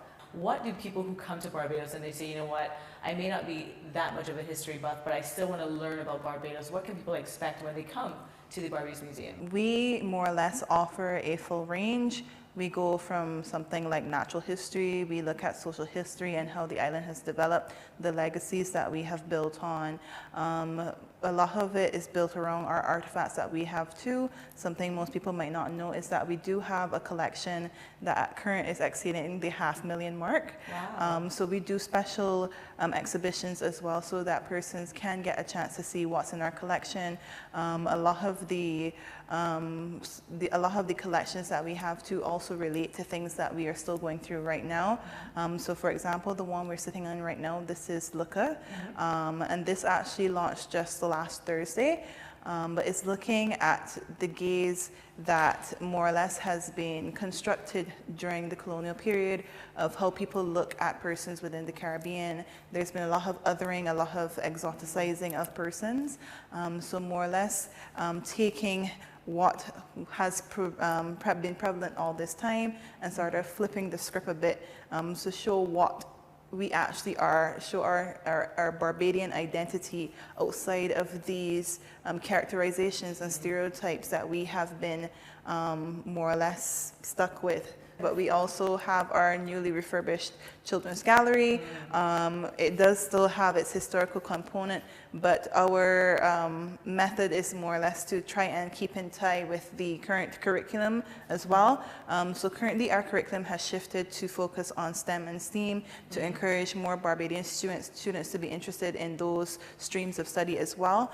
So we have everything in there from aerodynamics and in the history of the first flight machines, more or less, to cover both planes and helicopters. Okay. And we have renewable energies. We have a section dedicated to biology, both in terms of plants, but also in terms of the body itself. Oh. So more or less is a place of learning, but also experimentation.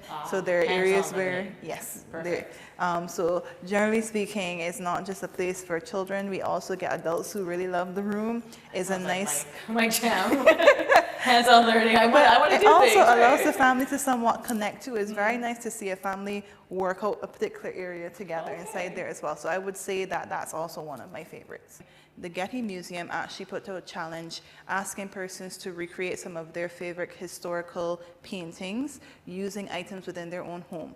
Now, Peter Brathwaite, he was very dedicated, and his submissions were so well done that the Getty is actually creating an entire exhibition surrounding his submissions as well. So sort of in the process leading up to that, we have taken a few of the pieces that he's recreated. He's actually recreated some of the pieces inside of the museum itself from our Cunard Gallery, and we have more or less displayed them adjacent to the paintings that we already have in the Cunard Gallery. So when you go in the Cunard Gallery, you're going to find the original paintings that we have, and in some of the instances, you're also going to find Peter Brathwaite's recreation of those paintings as well. Using household items during the pandemic. And I'm going to put you on the spot for a second. What is your favorite? You got to pick one. What is your favorite exhibit? Again, looking a bit at the social hierarchy that we would have had in the system of slavery itself, how that was expressed. So one of the paintings in particular is of a gentleman who he's very well dressed, red suit, white trimming with fur and everything. And there was this gold item around his neck that I initially assumed was a cravat until I was corrected by our director. It actually is a gold collar. So basically, as she explained it, the same way that persons might decide to have a decorated collar for a favored dog or cat. Same thing was done in slavery. They're enslaved persons who, despite the fact that they're in chain, they more or less have been given gilded collars. And that's always a piece that makes me slow down and think and go, huh. And it's something to reflect on, just because it's not something that that's not something that I would have ever really considered before seeing that painting.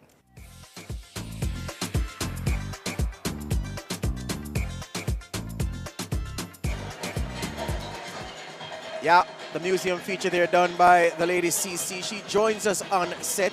CC, did you have cause before doing that documentary piece to visit the museum before? I have actually, but not in that capacity. The film festival has some events there. There's a wonderful garden theater that they host films. You can go watch films and events. But when I spoke to Elizabeth, was quite entertaining. It was quite interesting because, you know, she mentions in the piece where we probably, a lot of us, I don't know about you, so a lot of us may not have visited the museum outside of school when we were like little kids. But there's so much more going on. So even if you visited it last year, you have to go back and visit again this year. So it's on my to-do list for this summer with my son.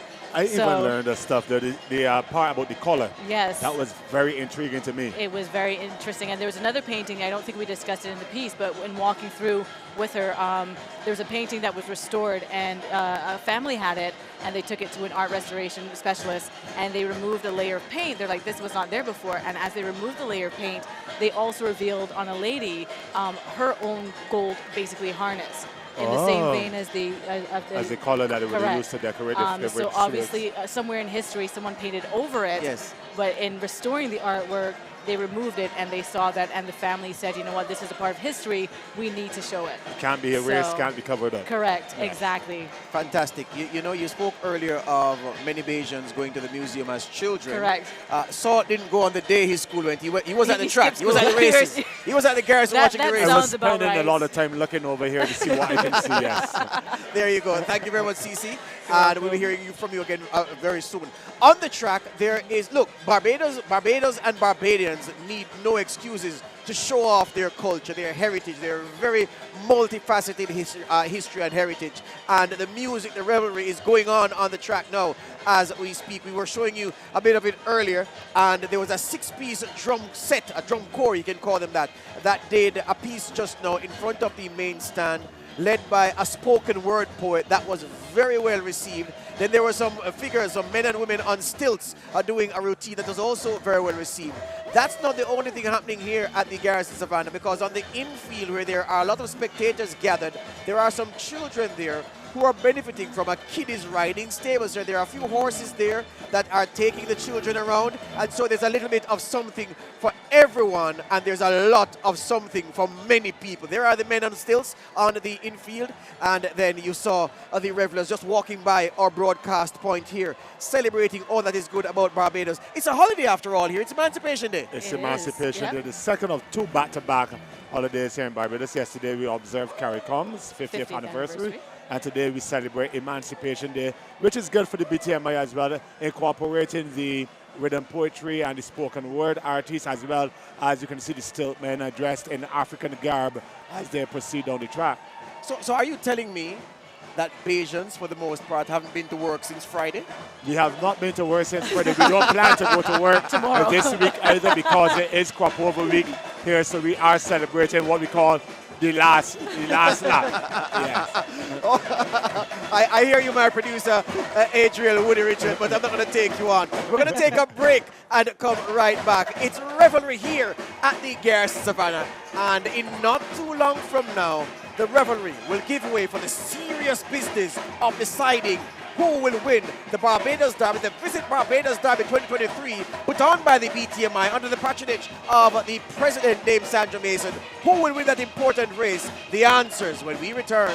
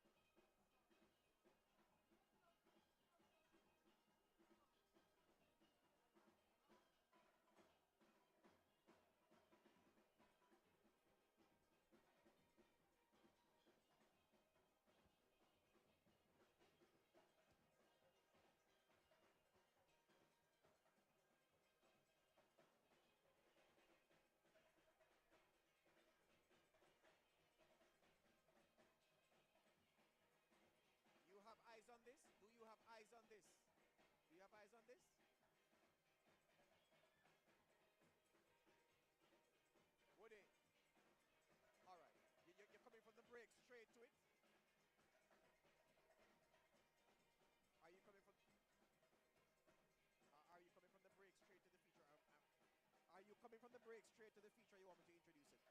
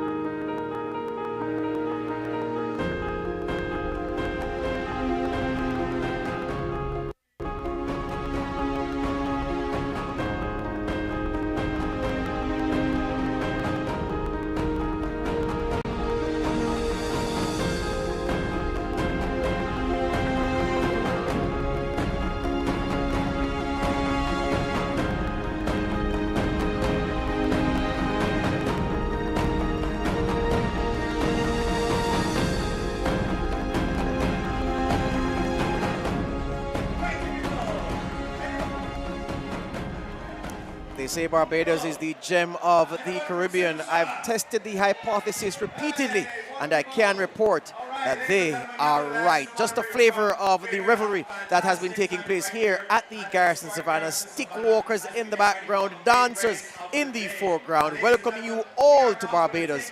Barbados Tourism Marketing Inc. putting on a party, and they visit Barbados Race Day 2023, their brainchild, Sportsmax, their executing television partner, and we have had a whale of a time so far. Speaking of whales, I know they don't prepare whales there, but they prepare a lot of seafood. And Cece, you realize that, Salt, you and I have the difficult task of talking about the racing. Yes. She gets to go to the museum, and then she gets to go to Oistins. Yes. Now, well, I'll tell you this after we play this feature of Cece traveling to Oistins, capturing a lot of the elements that make the place essential visiting for visitors from near and far. And here we are on the south coast of Barbados, Oistins Bay Garden. Well, Oistins is known for its fresh fish, cold drinks, and vibes. You can bring friends, family, make friends. And in fact, we're going to catch up with one vendor who's going to give us a little bit more of a rundown on what Oistins has to offer. We're here at Debbie's Fry and Grill. So let's go and say hi. Blingishas, I'm a blingets, I'm a blingishan, and all my baby, get ready to move. Boom, blast. Bring that to the and your body good, cause you know that you're good. Here we are in Oistins, the south coast of Barbados, and we ran into Debbie of Debbie's Fry and Grill. But you said I could call you Mom, so I'm going to call you Mom. So, Mom, how long have you been operating Debbie's Fry and Grill in Oistins? I've been operating Debbie's Fry and Grill for the last 27 years with some of the best food in Oistins, where you can come and get some grilled marlin, dolphin, flying fish, cuckoo, French fries, rice and peas, macaroni pie. You can get a variety of food from Oistins with the beautiful and friendly people. You can enjoy every day from Sunday to Sunday. You can come. But the biggest of our days is on Friday nights, where you can come and get everything you can get in Oistins and meet loads and loads of friends. All right, so tell me about what you recommend your favorite dishes. My favorite dish is blue marlin. You can have it with French fries, grilled potatoes, fried plantain, dried fruit, rice and peas. Sounds like a delicious meal from you. So just let everyone know, locals, tourists, everyone alike, why you need to come to Oistins, whether it's a Friday night or any night. Why is Oistins the place to be? Because we have the best food. Best food is in Oistins. All right, so Friday nights, you mentioned Friday nights. What's so special about Friday nights? Friday night, I don't know. It's so big. We can't even get the people feed sometimes on Friday nights, you know. There's loads and loads of tourists. Everybody was recommended to ice stands on Friday night. We should be doing every night, but Friday night is our biggest night. Because we have music. We have music. We have different activities, different set of music. You have people dancing. You have the drum, the band men coming around with the moxies and the Mother Sallies. Mother Sallies and everything. We have everything at Iceland on Friday nights. And it's fantastic for the entire family. Yes, please. Right, so the Bring kids over can your come. Yeah, the kids love it. Bring over everybody and just sit down, have a nice meal, hot, fresh. So will we catch you dancing Friday night? No. No? I'll be too busy on the grill. Well, fair enough. Too busy That on makes the grill. sense to me. But you might catch me dancing. So what I'm understanding is basically every night, Oysters is the place to be. But especially Friday night, we've got fresh food, cold drinks. You come with your friends, you make new friends, you bring the family, and you have a fantastic time. So we hope to see you in Oysters sometime soon. And check out some Marlin from Debbie, a.k.a. Mom. All right, thank you so much. Thank you, Dad.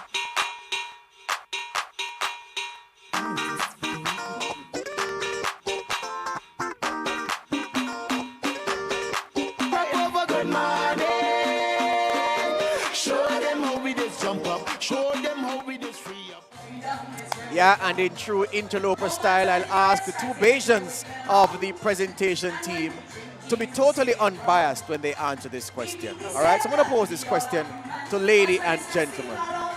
Is there anywhere in the world like oysters on a Friday night? Nowhere. Nowhere. Biased. Totally why. unbiased. Talk to me. I'm not going to say it's the best in the world, but there's no place in the world like it's very unique, it's very Barbadian. The food, the music, the average Barbadians, the beers, man, it's unmatched. I agree on matching data. It's somewhere that I take my son when I have anyone in who's visiting Barbados. I said, you know, Friday night we got plans. We're going to Oysters, whether you're going at 6 o'clock or 9 o'clock is always a vibe. You've got food, you've got entertainment, you have characters. You become a character. You go on the stage and dance. Salt might be there DJing one night, and you're just going to free up and have a good time. So. Absolutely so. My producer says the line dancing as well. Listen, I saw something spectacular when I was there. I saw like a Pocomania group, a revivalist group going around in the heat of the activity. Yeah. And they had this crowd behind them marching through with them. I saw chickens at midnight. Chickens are supposed to roost at 6 o'clock, 6 p.m. Chickens were out walking. It was amazing, and this is part of the reason why Barbados is unique, why Barbados is the gem of the Caribbean. Let me hear it, class, the gem of the Caribbean. And what I would advise anyone when they visit Barbados is to check Oysters any night of the week. Friday nights, that's the hype night, and that's when they have the most activity. I find myself, I get my best experiences at Oysters on a Tuesday or Wednesday night when it's not that many people.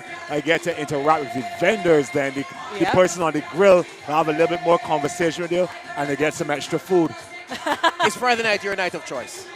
Any night. I live near Oysters, so the food. And what's interesting is we actually film the day of cricket. So you had, when you go there, you're either talking politics or sports, or both. Yes. And it's action. Action, action. So we were playing cricket when we did that feature. It was the second day of the international matches that we had here, West Indies versus India. So you can imagine the conversation, Saul. You can imagine the conversation at the tables. The drinks were going, the conversation was going, and luckily we actually won that match. So it was vibes. It was vibes. Excellent. Excellent. Speaking of calypso and competition and winning, well, I'm gonna twin winning with whining, because a lady who's been doing a lot of whining on the stage is TC. She just did one of her hits, Who the Hell is Kim? I mean, that's known universally, and the crowd is rocking here. The vibe was high before, the energy was high, but since her arrival and the performances on the track, the stilt walkers and the drummers and everything else, the atmosphere has just reached, the energy has just ratcheted up several notches, is the point I'm making. And she's entertaining the crowd here in the stands and in the immediate vicinity of her performance point. It's all happening here at the Garrison Savannah, and we've not even started speaking about the derby yet. Can you imagine turf fights when we come back from this break and start focusing on the derby? How great that will be. But we take this quick break, and when we come back, we pick up our coverage of the Visit Barbados 2023 race day. Visit Barbados derby coming up next. It's one you don't want to miss. Now put down your worries and enjoy paradise. Hey, get ready for the non-stop whining. Get up the Pepsi we lining. Make sure you can handle it. Come on, after the pet in the morning. Over, relax on the sand. We got the sweetest waters. Invite a friend. Don't stick them down. Find a corner. Walk a bumper. We party until the last finger drop. We heading straight to the jump because we ain't. Hey, I tell you this place exciting. Up in a Pepsi we vibes in. Now put down your worries and enjoy. Hey, get ready for the non-stop whining. Set out the Pepsi we liming. Make sure you can handle it, come on.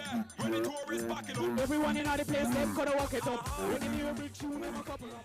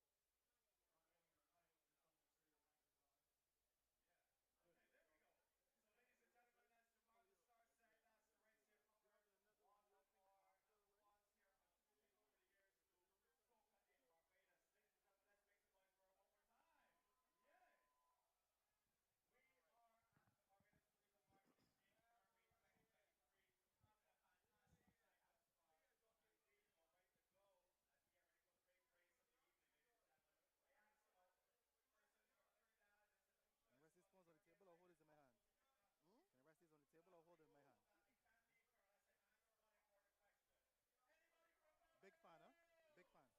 I'm a big fan. Yeah, man. Respect, man. It's Kamal, right? Yes, please. Come on. Come on.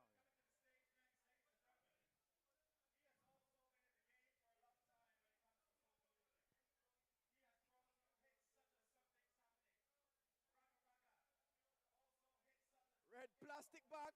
RPB. Oh, what? Stetson, Wiltshire.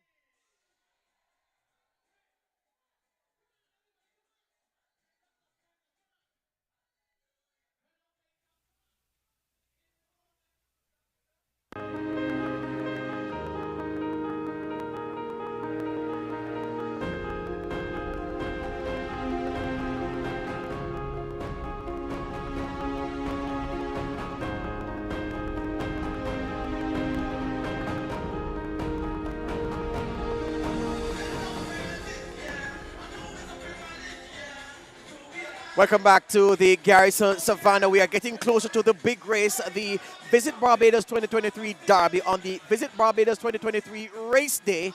And the man on stage now is an extra special individual. I'm a huge fan of his. He goes by the name Red Plastic Bag. They shorten it as RPB, the man responsible for the greatest send-up or put-down, however you want to call it, of dancehall music in history, when he said, all that he hears when dancehall is being played is ragga, ragga, ragga, ragga, ragga, ragga, ragga, ragga.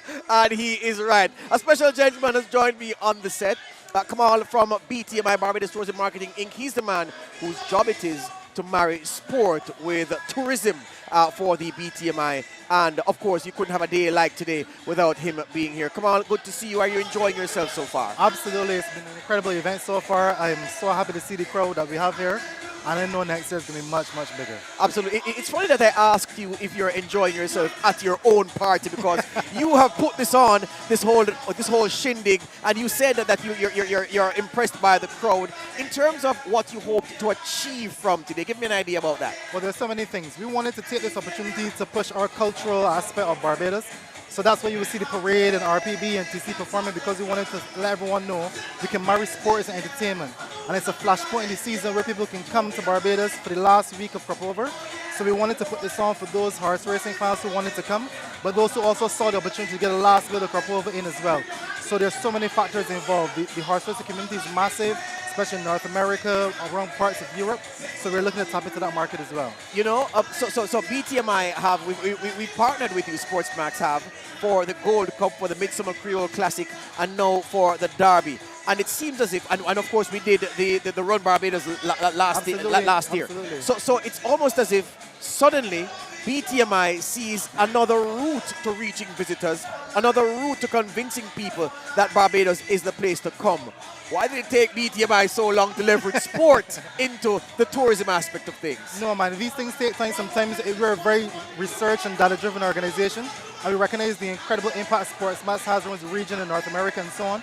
So this marries really well. Caribbean tourism, North American tourism, it hits really well to make sure that we go on your platforms to promote this kind of event. So we're going to do a lot more with you as well, because we have 6 events on the cards with you. We have our sailing, we have the Run Barbados Cup in December, we have a whole set of things that's going to be on Sportsmax. So your viewers have to stay tuned.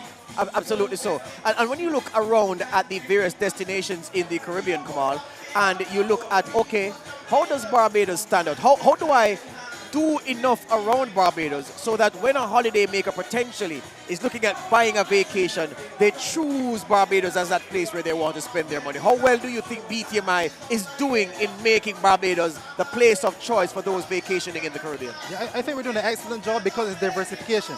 People need to know they can come and enjoy the marine life. They can enjoy horse racing, cricket. They have the variety of things to come for. And I think that's what makes us more competitive. When you look around the region, you may see a bit more of a leaning towards one side than the other, but we try to make it as wide as possible. We want to be a 365-day-a-year destination. People need to come here every single day of the year, so we have to diversify the sporting offering, and that's what we focus on. You know, several destinations struggle to offer that 360-degree package. They market themselves as offering this, that, and that. But when people go there, it's only the this. There's no that, and the other. And you are saying that by virtue of this partnership that you've struck with Sportsmax and the integration of sport into the marketing mix to serve your various publics, you believe you have something that can offer all that you promise to the potential visitor. When they come, they can enjoy all of that. We want that there is no traveler that can't see an opportunity in Barbados. So we do recognize that there are going to be some areas that are a little bit niche. Yes. But listen, if we can add the entertainment onto it, so maybe you don't come for the sport, but you come for this. You get some of our iconic performers performing in the background, and you get to see the atmosphere. So it was really important for us to promote domestically, to try to get the large crowds, to create the atmosphere. So when we share this content around the world, that everyone looks and says, oh my gosh, look at that atmosphere, I want to be there. So we want you to have 5, 6 different reasons to come here for these kinds of events. And I know that surveying is a science, and I'm really attracted to the sweet science of surveying. So I always ask these questions. Do you test to gauge whether or not the integration of sport is working? Do you ask your visitors to say, well, you came for sun, sea, and sand. Did you enjoy the racing? Did you enjoy the museum tours? Did you enjoy going out on the east of the rugged coast of Barbados? Do you do this testing to gauge the feedback from your visitors to drive what you're going to do in the future? Absolutely. So through relationships with the event promoters that we have, the sports promoters, they engage those that come in for those particular events. We have relationship with the hoteliers. So we have an idea of where the hotels, the visitors are going, what they're engaging in, what they're asking the hotel to provide transportation for. So we're really interactive, trying to figure out what exactly they're doing and how they're enjoying it. Because it's all good to bring new visitors, but the ones that are already here on island, you have to engage them as well so they keep returning. So we look at it from various angles to make sure we have a strong set of data to be able to make decisions going forward. And the last question is, have the Barbadian public bought into what the BTMI and others are doing in terms of opening up different portals to enjoyment for potential visitors? In other words, are they recognizing the value of integrating with visitors at sporting events, at cultural events, where normally those will be marketed as things appealing to tourists? Have the local population bought into the vision that BTMI has? I believe so, because the Prime Minister says the first tourist is a Bajan. So if we engage the Barbadian public in everything that we do, as I said, to create an atmosphere, they're enjoying their atmosphere. They're enjoying their local culture, the sports available to them. At the same time, we're able to market those things internationally. So by providing these kinds of activities, and we can see here the locals have enjoyed it. So by them enjoying it, next year we show the world what we've been able to do. We're going to have the other half of the stadium filled with visitors. So we think that by engaging those visitors first and foremost and taking out content to the world is key to making sure that the atmosphere is there to make it attractive to come. Excellent stuff, man. All the best to you. Continue on the Thank you path. very much. Thank Continue you. on the path. Excellent. All right, we take a quick break here at the Garrison Savannah. When we come back, we're going to talk horse racing. We're going to talk form and numbers and likely race patterns as we try to decipher who will win the Visit Barbados Derby for 2023.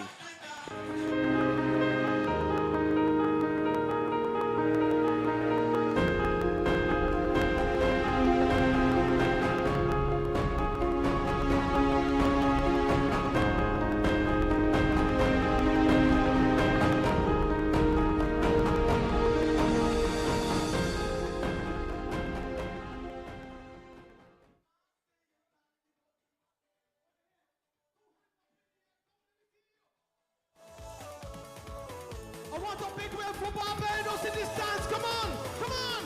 Come, let me see you wave. Watch the wave. Come on. Wave. Watch the wave. For Barbados, come on. Wave. Watch the wave. Wave. Watch the wave. Hold on to something. Hold on to anything. Hold on to something. Hold on to anything. 'Cause we rockin' left, we rockin' right, we rockin', we rockin'. The boat is rockin', stroke about is rockin'. We rockin' forward, rockin' back. You won't be mad, stay intact. The boat is rockin'. Kerry Gibbons.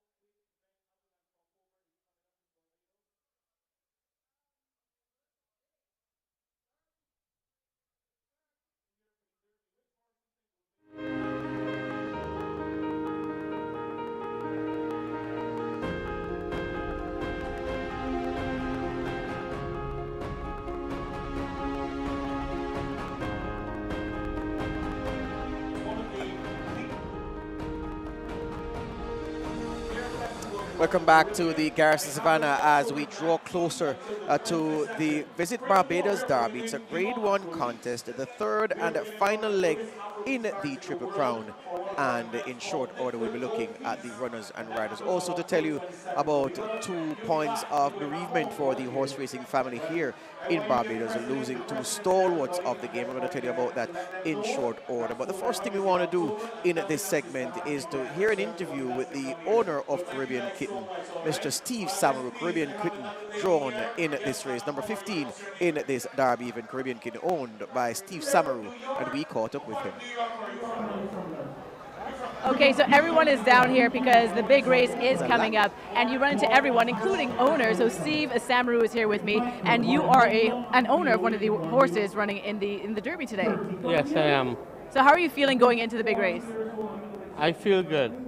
Well, let's say, tell the people which horse is your horse. My horse is Caribbean Kitten. And so far, what was your success with Caribbean Kitten? My horse has been very successful, except he never won a race yet. It depends on how you define success, right? Yes. Okay, but you're here having a good time so far. And what are the vibes for you in Barbados at the Garrison Savannah for race day? I love the racing here.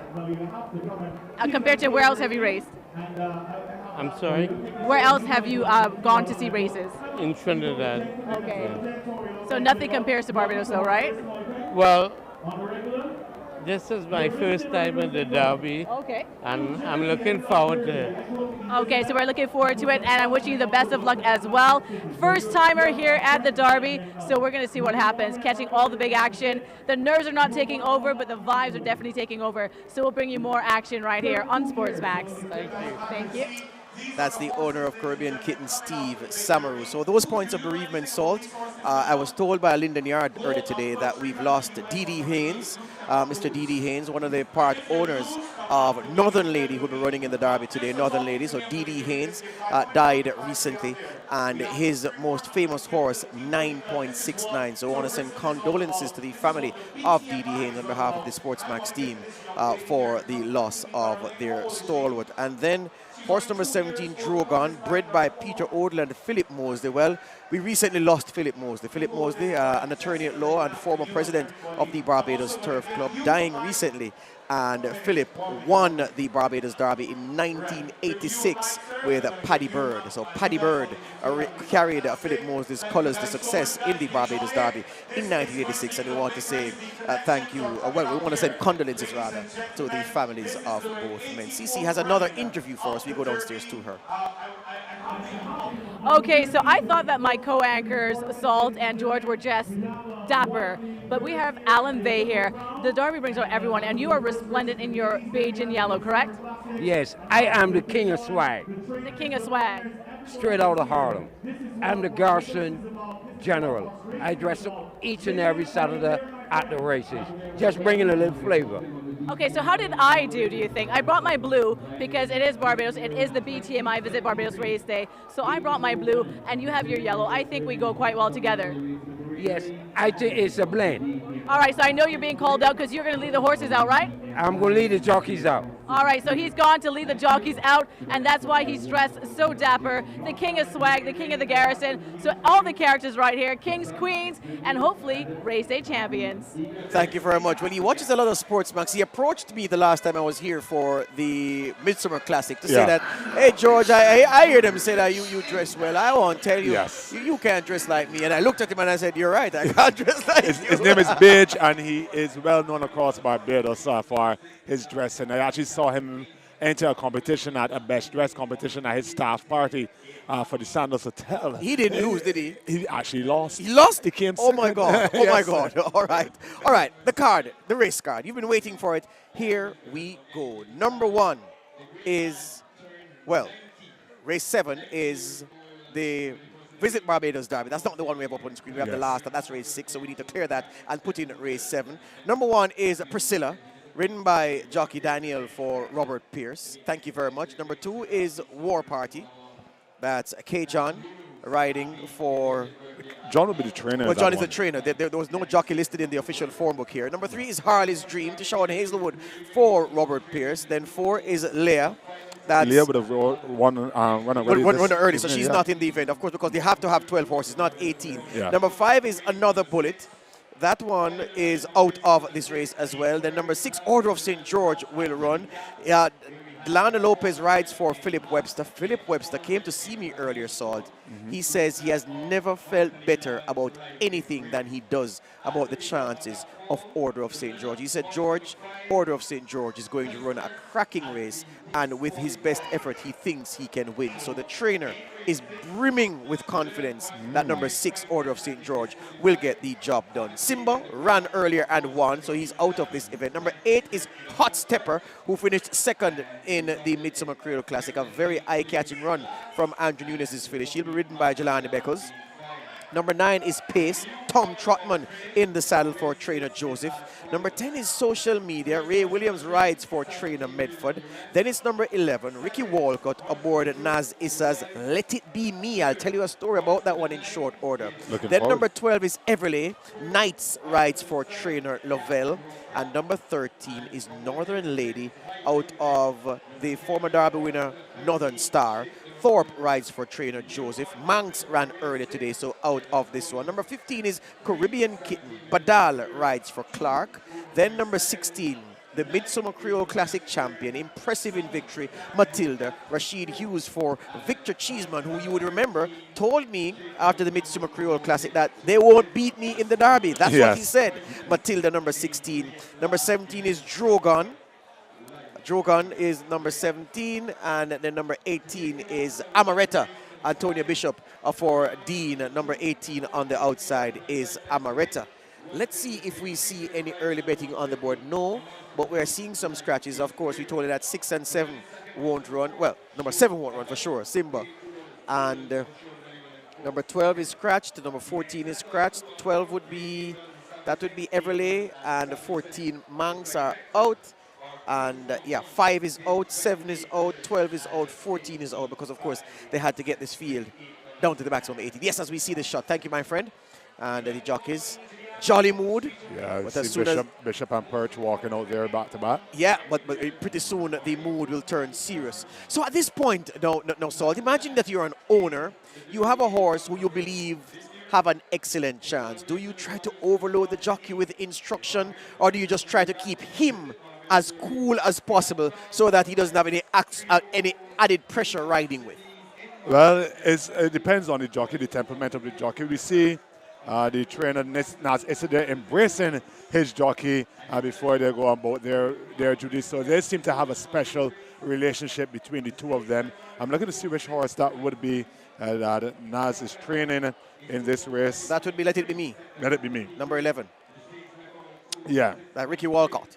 Yeah, he really seem to have a close bond between the two of them as they approach this race. Let It Be Me being number 11. Yep. After the interview that CC had with the owner of Caribbean Kitten, I will admit that's my sentimental favorite now, because the owner has said he has lots of success, but he has not won. So. That was special. Yes. That was a gem. Only Caribbean people give you that kind of narrative. So Naz Issa is wearing the red cap, the red baseball cap. And Ricky Walcott just walked away. Let's go to here. Let's go to this point. As you viewers of Sportsmax, and especially at the track with Lance Whitaker, would know, and I would have seen a lot of Ricky Walcott over time and his exploits as a jockey in Canada. So he's vastly experienced, Ricky Walcott, and he's here to lend his expertise to Let It Be Me in this event. The Walcott brothers are staples on the at the track segment, especially for their exploits at Woodbine Racetrack and other tracks in Canada, Asinboa Downs and others. All right, Let It Be Me ran so badly in the Midsummer Creole Classic. She was prominent, turned for home prominent, but then blew up at the top of the straight to finish beaten into 5th place, 12 lengths behind Matilda. So I was scratching my head and wondering, well, what could explain such a performance after she had won the Guineas in such fine style, beating Major Dan? Now, I told you about my conversation with the Railbirds earlier, Salt, and they were telling me that horse, number 11 in the shot on the screen there, Let It Be Me, that horse had a virus on the morning of the race, and that it affected the performance of Let It Be Me. They said that they felt that way based on the run. Then the trainer came out days later to confirm that the horse did have a virus. Now, if you think that trainer Naz Issa is just playing mind games, why would he? He's a trainer who's won this Derby 3 times already. He won it in 1998, won it in 2006, won it in 2010. He knows what it takes to prepare a Derby winner, and he's not trying to fool punters. He said that his horse was off on Midsummer Classic Day, and the manner of the performance suggests that the horse was off for real. And one hopes that for Naz Issa's sake, Let It Be Me is as right as rain this afternoon. I hope so, as well as we look at the other horses. Number 8 is on the screen right now, and that's Hot Stepper, ridden by Beckles and trained by Nunes.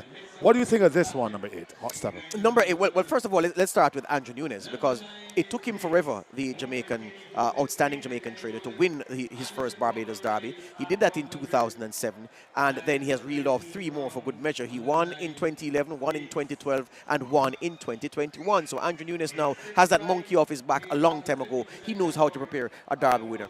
I think that this horse's run in that Midsummer Creole Classic was outstanding. So I've watched that replay about 17 times, and I've been looking at individual horses, how they've run behind Matilda. I've looked at Order of St. George, his performance. I think he ran a very good race. Hot Stepper's run was even better in my book, because she came from so far off the pace. If you look at the placings in the statistics book, she was making up ground the further they went. And I think with the additional real estate, the additional furlong in this race, she will be seen to very good advantage. I think she is a serious danger to our favorite in this event. Coming out of the Midsummer Classic, I've been looking to see which horse I think would make the 2,000 meters.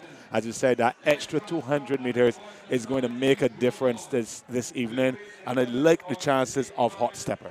Right. As we look at number 8, that's Hot Stepper, yeah. Yeah, that's Hot Stepper, right. We were looking at number 3 earlier, Harley's Dream, to Sean Hazelwood for Robert Pierce, a winner the last time, but not expected to trouble the principals here. Fact of the matter is, I looked at that Midsummer Classic as well for clues, because I was saying, how did such a slow pace manage to collapse it the way it did? Because Matilda, she went in serious pursuit of the leaders 2 furlongs out. She ran by them as if they were standing, left them for dead at the top of the lane, to the extent that our jockey, her jockey, could stand tall in the irons as he approached the finish line. So comfortable was he in the moment, and so far behind him were his dangers. So you go a slow pace and the pace collapses. You know, you're a racing man. You know that a fast pace is what collapses. You go fast early and you pay a price later. Yeah. But when they went so slow, you didn't expect the horses who were prompting the pace to fall away so meekly. So the Midsummer Classic, it's a mixed bag. It was a true indicator of what some horses were capable of, but it's also a bad run for some horses that you can draw a line through the run. You can forgive them for not running well in the Midsummer Classic and have renewed hope that they'll do themselves justice in a race of this nature. Very, very true. And we want to thank the Barbados Tourism Marketing Inc. for sponsoring this Derby, the Visit Barbados Derby, as we start to get some odds for you as we look at the horses going down to the start. They're going to be running 10 furlongs. That's 2 circuits of the Garrison Savannah. We're going to be the longest distance that any of these horses have run so far. We have a lot of experienced jockeys. One of the experienced jockeys that I have also taken note of the George would be Raiden Bishop. On Antonio Bishop. Yeah, Antonio Bishop. A 4-time champion. A 4-time champion, yes. But with different connections this time. Yes, 4-time Derby winner, Antonio Bishop. Let's look at the early betting. We're going to come to him in short order again, my friend. Number 1, Priscilla, is at 16 to 1. 3, Harley's Dream, is at 10 to 1. Number 6 is at 9 to 1. That's Order of St. George. They're betting there. Good money on Order of St. George. That's a good gamble.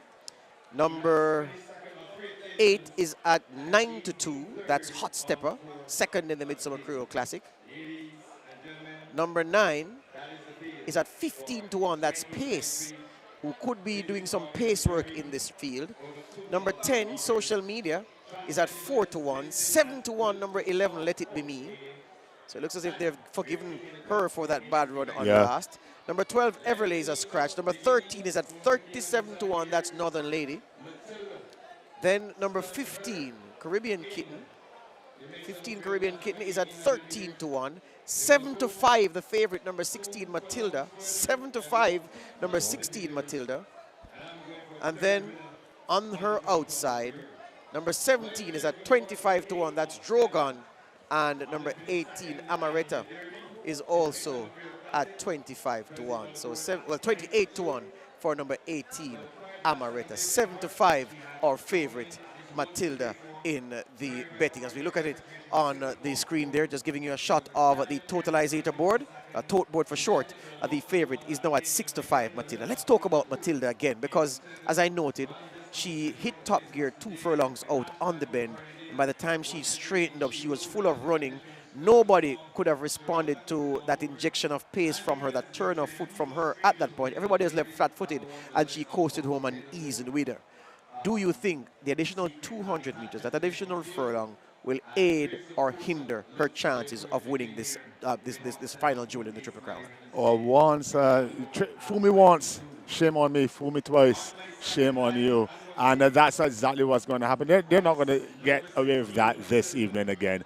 I think it will have to be a bit of overthinking by the other trainers and owners, thinking that they're playing games, but I don't expect them to let Matilda come and take control of the race for long and a half away from the finish and romp to victory this time. She's going to get challenges. Yeah, there's a horse in here that I expect to be on the front line, because again, the pace, I mean, horse racing, like no other sport, it makes a fool of you, because you can analyze a set of data, spot certain trends, apply those trends to a race under consideration, and then you look like a fool because the outcome has nothing to do with the trends that you've analyzed.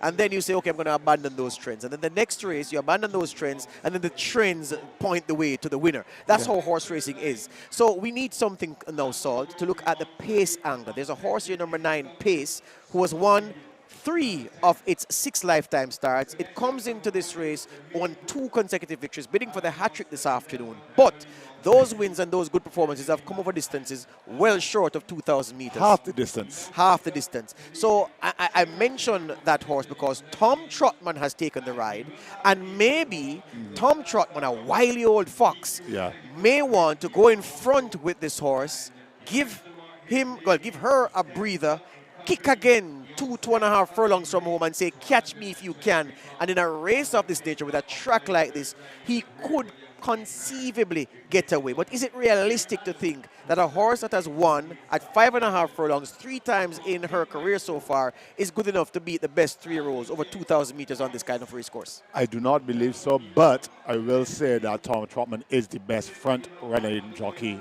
on the island. So he's proven it time and time again. He's also proven to us over and over again that we should not count him out. We haven't looked at Ray Williams on the Midsummer Classic. He had a bit of a tumble in the gates before the race. He was kicked at the gate, Yeah, and so he should be back here and fighting fit on social media this evening. What do you think of those chances, number 10? All right, number 10, social media. I'm looking at the pace angle, and I don't think that if social media wins, it will come from off the pace. I can see social media prompting the pace or leading. So I expect pace, social media to be 2 of those at or near the front. And I expect Matilda to be sitting in their slipstream, Order of St. George to be some way back, Hot Stepper to be some way back, and then those 2 make their decisive moves late. So I'm trying to map out how the race will go from the gate, and I think social media is one of those who will be prompting that early pace and trying to steal a march on rivals at an opportune moment in the contest. What about Let It Be Me then?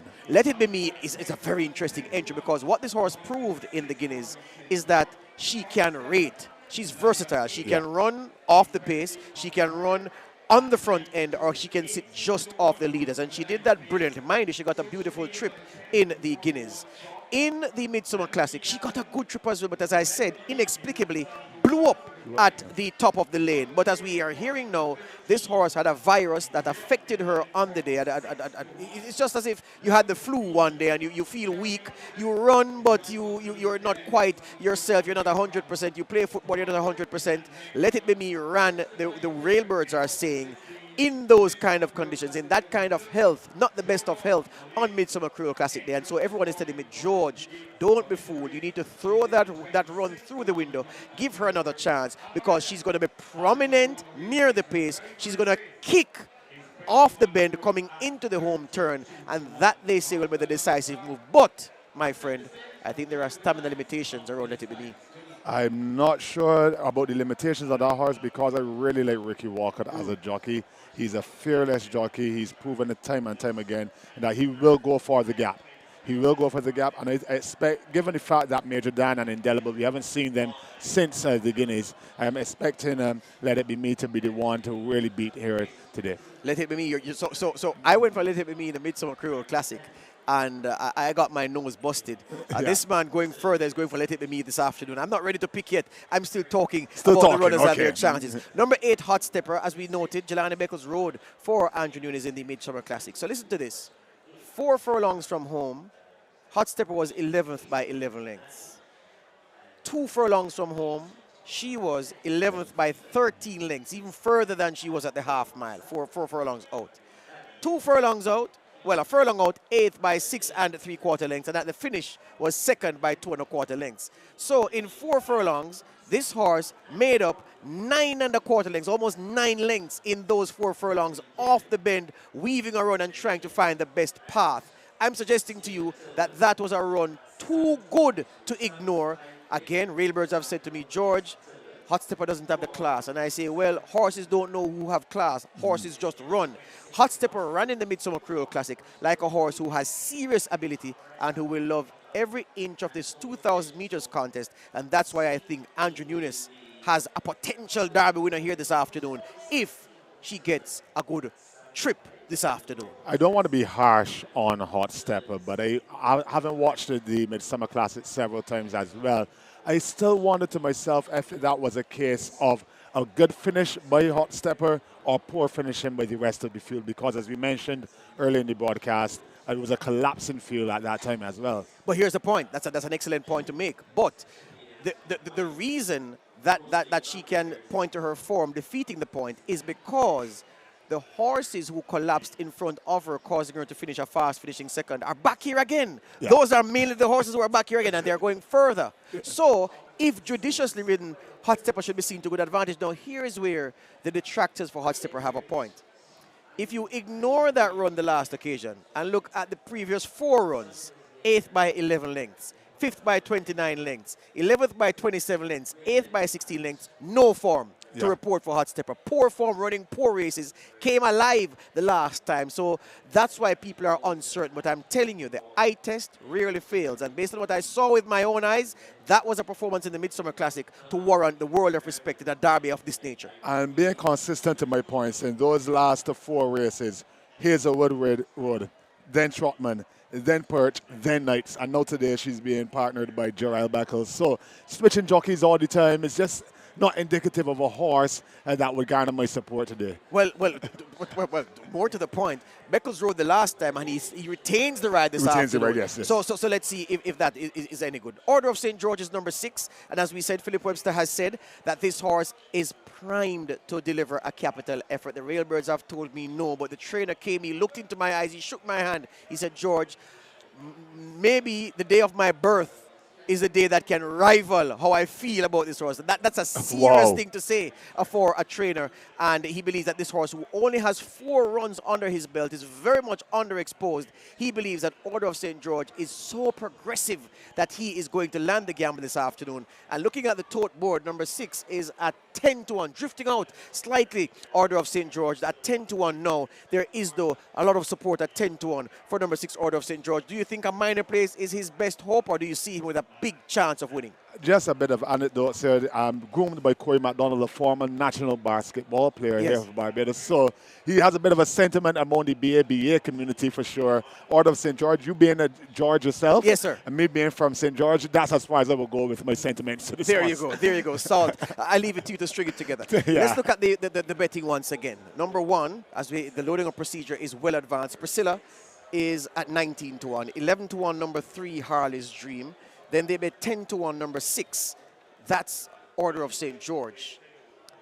Then we're going to talk about number 8, Hot Stepper, who's at 9-2. 19-1, number 9, Pace. Number 10, Social Media, is at 9-2. 7-1, number 11. That is Let It Be Me. And number 13 is at 50-1. That's Northern Lady. Yes, 13, 15 to 50 to 1, yes. The flash is going to come again. I'm going to tell you the rest of it. Number 15 is at 10 to 1. That's Caribbean Kidney. Even money now, Matilda. Even money on the betting board, Matilda. Number 17, Drogon, is at 23 to 1. And then 36 to 1, number 18, Amaretta. Number 18, the final horse in the lineup. Let's go across to our commentator for this. The Visit Barbados Derby 2023, moments away from a start. Just 2 more to load. Your pre-race favorite, Matilda. Smallish filly, but with a huge heart. Lots of talent. And Amaretta will be the last to join the lineup.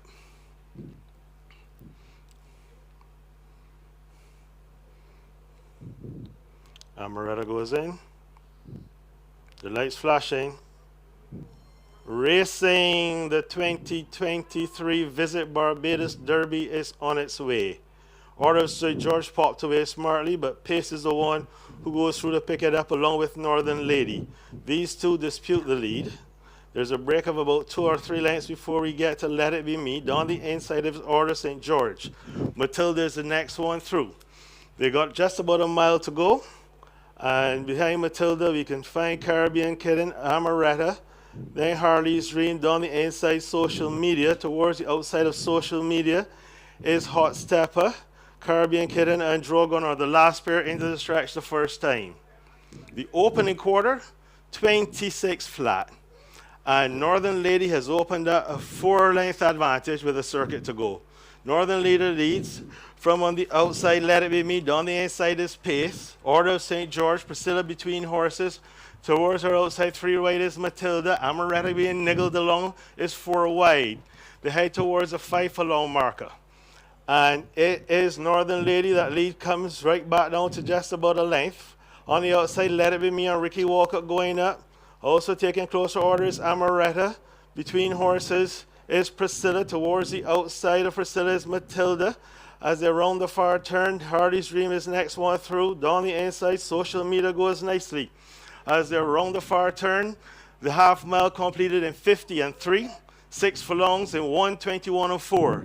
They're at the top of the hill. They go past Brigade House.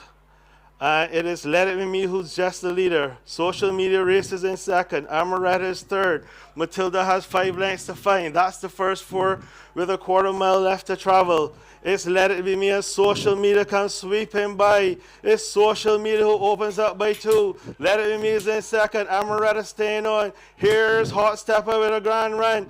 And there are no more turns in the Derby. And Social Media is in command on the outside. Hot Stepper trying to close. It's Social Media from Hot Stepper. Social Media staying on resolutely, and it's going to win the Derby. Social Media, what a performance, is going to win the Derby. Wins it now. The rider celebrates. On the outside, Hot Stepper is second. Matilda the favorite is third. A good run from Caribbean Kitten. Rounds out the top 4. The winner came home in 2:18 and 4. In a moment, a recap for you. 10, 8, 16, 15. 10, 8, 16, 15. We have long been in the social media era, and Ray Williams for trainer Medford makes it look easy aboard this 3-year-old bay colt by In One. Are You Serious? By Happy Memories, bred by Andre Medford, who's also the trainer, groomed by Wilbert Byfield, owned by Star Empire. 6 runs before this afternoon, 1 win. Make that seven lifetime performances, and this her second win. Social Media made hacks of opponents in the end. A brave run by Hot Stepper, who proved that the Midsummer Creole Classic run was no fluke, but she just ran out of road in the end. Patrick Salt Bellamy. Yes, excellent ride by Ray Williams. In the pre-race broadcast, we mentioned the fact that he had gotten hurt prior to the Midsummer Classic, and we were wondering if that would have impacted the performance on that day. We see today fighting fit, both Ray Williams and Social Media. As you said, we are in the social media era. Ray Williams dominant from 2 furlongs out, taking control of the race. Hot Stepper tried his best to get back on terms, but it was no chance after Ray had really settled the horse onto the home stretch, passing the line with enough comfort that he could blow a kiss to the crowd. Well. What do we have here? Social media. You know, we spoke about the Midsummer Classic, and we mentioned that the dominant horses in the Midsummer Classic were fillies. This afternoon, a colt has beaten them all. Social media, a colt has bested all his compatriots, all his colleagues, all his counterparts, and won with something in hand. Hot Stepper the filly, getting the weight allowance, a 4-pound weight allowance, fought gallantly, ran on, but just ran out of rope as we look at the unofficial results. 10, 8, 16, 15, that's how I call it. The favorite, Matilda, came home third, and the fourth horse, Caribbean Kitten, coming in fourth. And you said you had a sentimental attachment based on the comments of the owner of Caribbean Kitten. Yes. And perhaps your sentiment gave her some extra energy to finish fourth in this event. Let's watch the race again. Visit Barbados Derby is on its way. Order of Sir George popped away smartly, but Pace is the one who goes through to pick it up along with Northern Lady. These two dispute the lead. There's a break of about 2 or 3 lengths before we get to Let It Be Me, down the inside of Order St. George. Matilda is the next one through. They got just about a mile to go, and behind Matilda we can find Caribbean Kitten, Amaretta, then Harley's Dream down the inside Social Media. Towards the outside of Social Media is Hot Stepper, Caribbean Kitten and Drogon are the last pair into the stretch the first time. The opening quarter, 26 flat. And Northern Lady has opened up a 4-length advantage with a circuit to go. Northern Lady leads from on the outside, Let It Be Me, down the inside is Pace. Order of St. George, Priscilla between horses. Towards her outside, 3 wide is Matilda. Amaretta being niggled along is 4 wide. They head towards a 5 furlong marker. And it is Northern Lady. That lead comes right back down to just about a length. On the outside, Let It Be Me and Ricky Walker going up. Also taking closer orders, Amaretta. Between horses is Priscilla. Towards the outside of Priscilla is Matilda. As they round the far turn, Hardy's Dream is next one through. Down the inside, Social Media goes nicely. As they round the far turn, the half mile completed in 50 and 3, 6 furlongs in 1:21 and 4. They're at the top of the hill. They go past Brigade House. It is Let It Be Me who's just the leader. Social Media races in second. Amaretta is third. Matilda has 5 lengths to find. That's the first 4 with a quarter mile left to travel. It's Let It Be Me as Social Media comes sweeping by. It's Social Media who opens up by 2. Let It Be Me is in second. Amaretta staying on. Here's Hot Stepper with a grand run. And there are no more turns in the Derby. And Social Media is in command on the outside. Hot Stepper trying to close. This Social Media from Hot Stepper. Social Media staying on resolutely and is going to win the Derby. Social Media, what a performance, is going to win the Derby. Wins it now. The rider celebrates. On the outside, Hot Stepper is second. Matilda the favorite is third. A good run from Caribbean Kitten. Rolls out the top 4.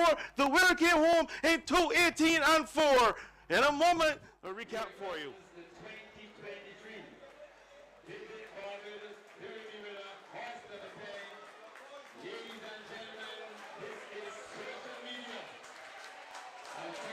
If you ask about that, no man, I know you come second.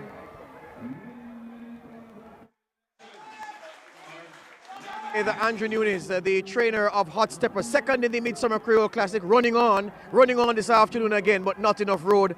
Your assessment of your filly's performance today? I'm very pleased with her. The winner got led through on the inside and kind of got the first run on me, and I just couldn't make it up in the end. I saw you talking to your jockey. Was he relaying to you that he got stuck, he got some traffic trouble on the road? He said he kept on the outside for most of the way because he didn't want to get stuck on the inside, and he said he couldn't believe when they let through Social on the inside. So 2 good runs, back-to-back classics. If you keep this filly fit, what do you hope she can achieve for you? Well, I think we thought that she was a stayer early on when she ran on in her first 2 two-year races. Then she ran 4 poor races, but we found out that she was suffering from an infection, and we dealt with that, and from that she's come back and run 2 nice races. So she's a small filly, so hopefully she'll start furnishing out as she gets older, and see where we go from here. Maybe the Tanglewood or something like that later on down. I know that horses are finicky creatures. Let's hope she comes out of this well and that you can keep her nice and sound beyond this point. Thanks, George. All right, Andrew Nunes there, the four-time winner of the Derby. He's a hot stepper, finishing second in the big event today, the Visit Barbados Derby 2023. Yes, thank you very much, George. Talking there to the trainer of a hot stepper as social media is being ridden by Ray Williams, going off this morning's odds at a 9-2 and trained by A. Medford. We really enjoyed that run. We just watched the replay. Social media, as Nunes said, was let in. Had a beautiful run, 2 furlongs out, taking control of the race. And Ray just riding her all the way home. Hot stepper trend is best, her best, sorry. As I said, had a beautiful run on the outside consistently, but not having enough at the end of the stretch run to make it to the finishing line in front. So your winner of the 2023 Barbados Derby, the Visit Barbados Derby, ridden by Ray Williams. We say congratulations once again to social media, owned by Star Empire, groomed by Wilbert Byfield, and bred by Andre Medford. And that horse took along 123 pounds, a colt, not a filly, I should say. And congratulations to the connections of social media. We still have one more race left on today's card, and that race is going to be the Pride of Barbados condition race, and that's going to be featuring some of Barbados' best horses. So I want you to stay tuned here as we have Zico, a Renaissance Frolic, Brilliant News, Jocular, Vividly, Sir Jimmy, Zaid, and So Suave, all gearing up to face the starter in the final race of today's card. This is the Visit Barbados Derby right here. You're watching Sports Max, the home of champions. Myself, Salt, alongside C.C. Reed and George Davis, taking you through this evening's proceedings. And I thank you all, guys, so much as we once again congratulate the connections of social media for winning the 2023 Barbados Derby, the Visit Barbados Derby, and congratulations to them, and thanks a lot to the BTMI for their support and sponsorship of racing at the historic Garrison Savannah. Throughout the day, we've seen the features by CC as we took you to Oystins, as you saw what you get to do when you visit Barbados. We also saw her visit the museum, and we're going to throw the Georgia back down there in the parade ring as he has another interview to us. Over to you, George. Social media. Trainer Medford, congratulations, sir. Yeah, thanks. What was your race plan? Well, I just needed a clean trick because the first race we won, it was disqualified. So all we needed was a clean trick. You know, we had the horse, so we just needed a clean trick. So I was mainly studying a clean trick. The horse ran its last race coming into this event, but even then, I didn't hear a lot of the railbirds talking about social media's chances. It was all about Matilda, Let It Be Me, and Hot Stepper. So you crept under the radar. Yeah, well, you know, as on paper, the trainer never win a derby, never run in a derby furthermore. So you know what I mean. You can't fight against that, and it was good for the team because the team probably gets some odds. You know what I mean. So we got the rest, man. We don't really worry about everything straight. At what point did you start feeling as if you had this in the bag? Because he had a good position of the final turn, and they let him through on the inside. Yeah, like from the fourth furlong, he started to move because on morning workouts that we get aggressive. So once he see he moving in the race, they know he ain't gonna start moving. You know what I mean? So the rest is history. Everything. And coming up the straight, I mean, you're a history man. Your first starter in the Derby. Yeah. Your first time owning a horse starting in the Derby, and your first time breeding a horse. That record will never be broken. It was a plan. It was always a plan. So, I mean, coming up the straight, you saw Ray standing tall in the irons. Was that the moment when you said, I am a Derby champion? Well, you can say so, yeah. But when you see him moving, you know, well, the gotta run. And the rest was packing up too. The rest wasn't even running all at him. So, yeah, I down on the rest was. Then they start coming to the gate to collect him. Andre, when you look at the potential of this horse, I know that horses are tricky. They can come out of a race and they come out with lame and other issues. But if this horse stays sound, what do you think you can achieve with him? Well, I don't really want. Well, that is a question mark for me, no. But normally, every race he comes out better. You know what I mean? So I ain't looking for no change here. I'm looking for a better horse after this race. So yeah, we can get some more trouble. How old are you, Andre? 33. You're 33 years old and a Derby winner at 33. Yeah, finally. Congratulations, man. Yeah, thanks, man. Good. The tall man of Barbados horse racing, Ray Williams, walks into the shot, the jockey. Congratulations, sir. Thank you very much. Take me from the gate. First of all, I want to thank my Lord and Savior Jesus Christ for taking me around there safe, for this talent. Thanks to my family, thanks to my mom and dad especially, who've been supporting me 100, and my friends all around the world, and just so blessed in this position. I didn't really get a good break away from there. I thought I was behind the ball a bit, but then he was traveling so easy, I just didn't want to be stuck on the rail. So I had the world of confidence in this horse. He's been training great. He's been working beautifully up to this point, so I just knew if I could just tip out at the right time and just be a little patient, don't be too anxious, because obviously, you know, it's my first Derby, but yeah, it worked out great. All thanks to God above, and hopefully we can do it again next year. When you 4 furlongs out, you got that break on the inside to come right through. Did you work your way to the inside? Northern Lady. These two dispute the lead. There's a break of about 2 or 3 lengths before we get to Let It Be Me. Down the inside is Order St. George. We're going pretty easy. I didn't want to use someone else too early, you know, and then the going's a bit heavy on them, it's a bit taxing, so I didn't want to jump the gun and then be a fall short late in the race. Turning for home, you were full of running. Did you at any time fret that something could run you down? Well, it's horse racing, you know, you never know. I was a little nervous, if I'm being honest. I took a peek and I saw Hot Stepper coming up, but I said, oh no, he's coming a little too late. So I knew I had it from maybe about 16th out. Well, Ray, I wanted to toast this victory. Very, very well done, and I hope this is the first of many. Thank you very much. Thank you very much. Good, good, good. Ray Williams there, our champion of Barbados 2023 Derby, the champion for 2023.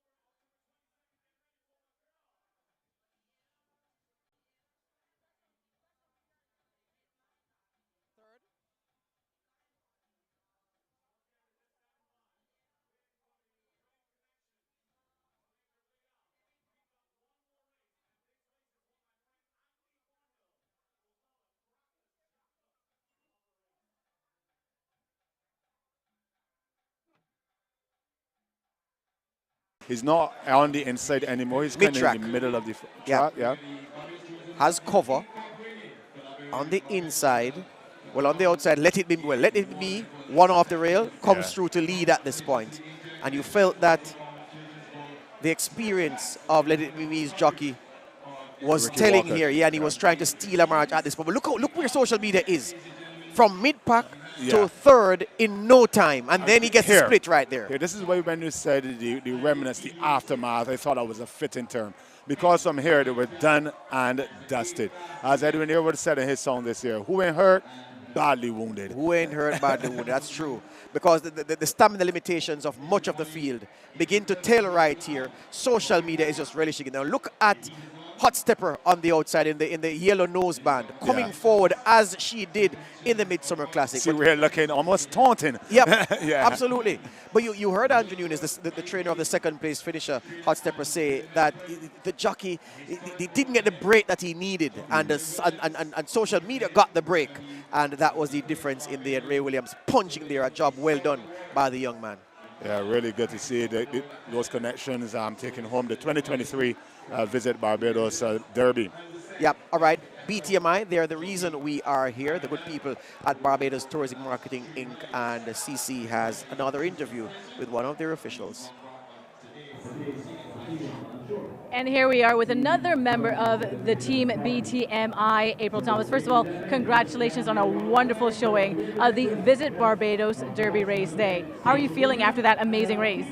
Honestly, it brought me back to the Sandy Lane Gold Cup all over again, and I'm so happy that that was our vision, to get it brought up to that level where it's getting that awareness. And if you saw people running, screaming for social media, it was an amazing race to watch, and just really happy to see how well it turned out. Okay, so I know your forte, actually, I must confess, earlier today I did have something to eat. I did have something to drink. Compliments of you and your team, because your team is responsible for the Food and Rum Festival in Barbados. Correct. So we're all in the heat of crop over, yes, it's so true. But coming up next, right on the heels of crop over, is the Barbados Food and Rum Festival. It's our annual celebration of all that's food, all that's rum. We are the birthplace of rum. We've been bottling and producing rum the longest. And so this year, October 19th to 22nd, once again, we're going to be celebrating the Food and Rum Festival with 4 days of amazing events. There's fun for the whole family. There's all types of events that are going to be happening. Okay, now earlier in the program, we did a feature on Oystins. Now, Oystins Under the Stars is a very special event within the Food and Rum Festival as well, because it's outdoors, it's in Oystins. So just give us a little bit rundown of those 4 major events for the Food and Rum Festival. Sure. So the Food and Rum Festival kicks off on a Thursday night, as you just said, with Oystins Under the Stars. And that has been a staple for us for so many years, because anybody who knows Barbados knows that Oystins just naturally is a hub of food. It's an open air fish fry, it's karaoke, it's dance. It's really something you've never seen before. So we always open on the Thursday night with that. On the Friday night, then, we introduced everybody to rum. I mentioned that we were the birthplace of rum. Correct. So Friday night is a rum route. And what that is a moving bus party and an opportunity for you to come out, drink all the rum, be transported so you don't have to worry about driving, and then we shuttle you back to your hotel if you're not from Barbados. And then on Saturday, we have our brand new event. This is the Bajan Fair happening at Kensington Oval, and it is 12 hours of rides, entertainment, food, rum, games. It is something that you can bring the whole family out to. We have a special rum area just for the adults, and then the kiddie zone that's all games all day long. And then Saturday morning, one of our 2 signature events, the Rice and Rum Breakfast Beach Party. You cannot miss the Rice and Rum Breakfast Beach Party. And we do have a special regional performer who's going to be coming in for that, but we haven't announced that yet. So you have to stay tuned to our channels to find out. And then it all wraps up on Sunday with the Liquid Gold Feast. And that is a feast like no other. It is all inclusive, all drinks, all food, all rum. And of course, this year we're featuring Afrobeat star Ira Star, our sensation, and we're so happy to have her on the ground as well on the Sunday. Okay, well, you just heard the full rundown. I'm going to be at all of the events. Food and Rum Festival right here in Barbados. So book your tickets for that now. So thank you so much. We have one more race to catch, so I know we're going to go back upstairs, get a little food, maybe a little rum, and watch the final race right here on Sports Max. All right, thank you very much, CC. So we are here at the final event. It's the Pride of Barbados Trophy. It's a condition contest for the highest rated horses on the card. Some of the highest rated horses in the island. In fact, perhaps Dominus apart, these are the highest rated. And of course, it's a gamble. The winner of the Sunday in Barbados Gold Cup, the only horse is missing. This is a race over 1,570 meters, and these are the runners. Number 1, Zico. The betting is on the board, so let's just tell you that. Number 1, Zico, is at 9-1. 2, Renaissance Frolic is at 9-2. They bet 17-1 on number 3, Brilliant News. Number 4 is at 2-1. That's Zaid. He's the favorite. Number 5, Sir Jimmy, is at 13-1. Number 6, So Suave, is at 12-1. They bet 2-1, Jocular. And then number 8, Vividly, is at 5-2. So numbers 3, 5, and 6 are the ones ignored in the betting somewhat, and those are not at long odds, 17-1, 15-1, 16-1 respectively. 2 horses at 2-1, but marginally the favorite is number 4, Zaid, at 2-1, just ahead of number 7, Jocular. Notice Jocular in the pre-parade. Jocular sweating up just a little bit, but this 5-year-old has run 10 times, has won 5 of those 10 races. Twice we've seen Jocular before in 2023, a winner on the last occasion, beating Dominus by a neck over 5.5 furlongs or 1,100 meters. Today, a different assignment. Carried 127 pounds to victory the last time at 1,100 meters. Carries 128 pounds today, going further at 1,570 meters. Do you think the handicapper has compromised Jocular's chances today? Yes, it's carrying a lot of weight for a horse, but I think the lifetime earnings are starting to betray Jocular a bit there, and the handicapper is giving him a bit of a hard task today to carry along that much weight. Despite having a great jockey and Rashid Hughes on board, a 5-time champion here at the Garrison Savannah, we're not sure for sure if Jocular will live up to the expectations of the handicapper. 4 bandages, George. Yeah. I default to you on that. There you go, there you go. And it tells its own story, to say that Jocular running on shaky pins. Number 4 is Zaid. That's our favorite. No, favorite now is Jocular at 9-5. New flash on the board. So the favoritism is changing hands between Jocular and Zaid. Jocular now at 2-1. It was 9-5 2 seconds ago. Now at 2-1, but marginally the favorite over that horse, number 4, Zaid. Zaid, a winner on the last occasion, beating So Suave and Brilliant News over 1,800 meters or 9 furlongs. Carried 110 pounds that day. 117 pounds in the back. Now, he has been treated well by the handicapper, and I think that he's handicapped to win. What say you, my friend? I believe so as well. 117 points is nothing, right? And I think that you'll be hard tasked to catch that one coming on the stretch. So Suave, number 6, as we look at number 4, very well presented, looking nice in the court. That's Zaid. Yeah, that's Zaid, yes. Very calm, very chilled out. And as I noted, Jocular was sweating up a lot. Not a bead of sweat on number 4, Zaid. Always a good sign when your horse is relaxed before a race. Horses are like people. The same way people get flustered, they get stressed out, they start thinking about other things, they're uncomfortable, they can't produce at their best because their other feelings compromise their ability to show their true worth on the racetrack. It's the same for a racehorse. So you want to see a racehorse who's calm going down, not fighting for its head, as we see number 6, So Suave, a piece of equipment being adjusted. So Suave just fighting for his head and the handler calling for assistance to get that piece of equipment. Maybe it's a tongue tie that he's adjusting, that strip of cotton to hold the tongue down onto the bottom of the mouth so that the air passage can be free, so that the horse can breathe freely as it gallops. Maybe that's the issue there. John Marcos is sending 3 horses to this race. Number 1 is Zico, number 4 Zaid, and number 6 So Suave. So we've got to see if there's going to be any strategy being played in here. As we look at Sir David Seal's horses, Renaissance Frolic and Brilliant News, coming out of the 2 and 3 posts respectively. So a lot of gamesmanship may be played in this race. It is indeed the pride of Barbados coming to the starter. Yes, indeed. And you speak of Renaissance Frolic. He's old. He's 8 years old. 2 runs in Barbados in his lifetime. Yep. But guess what? Those runs came 3 years apart. His debut effort came on March 7, 2020. His second run came 3 years later on March 4, 2023.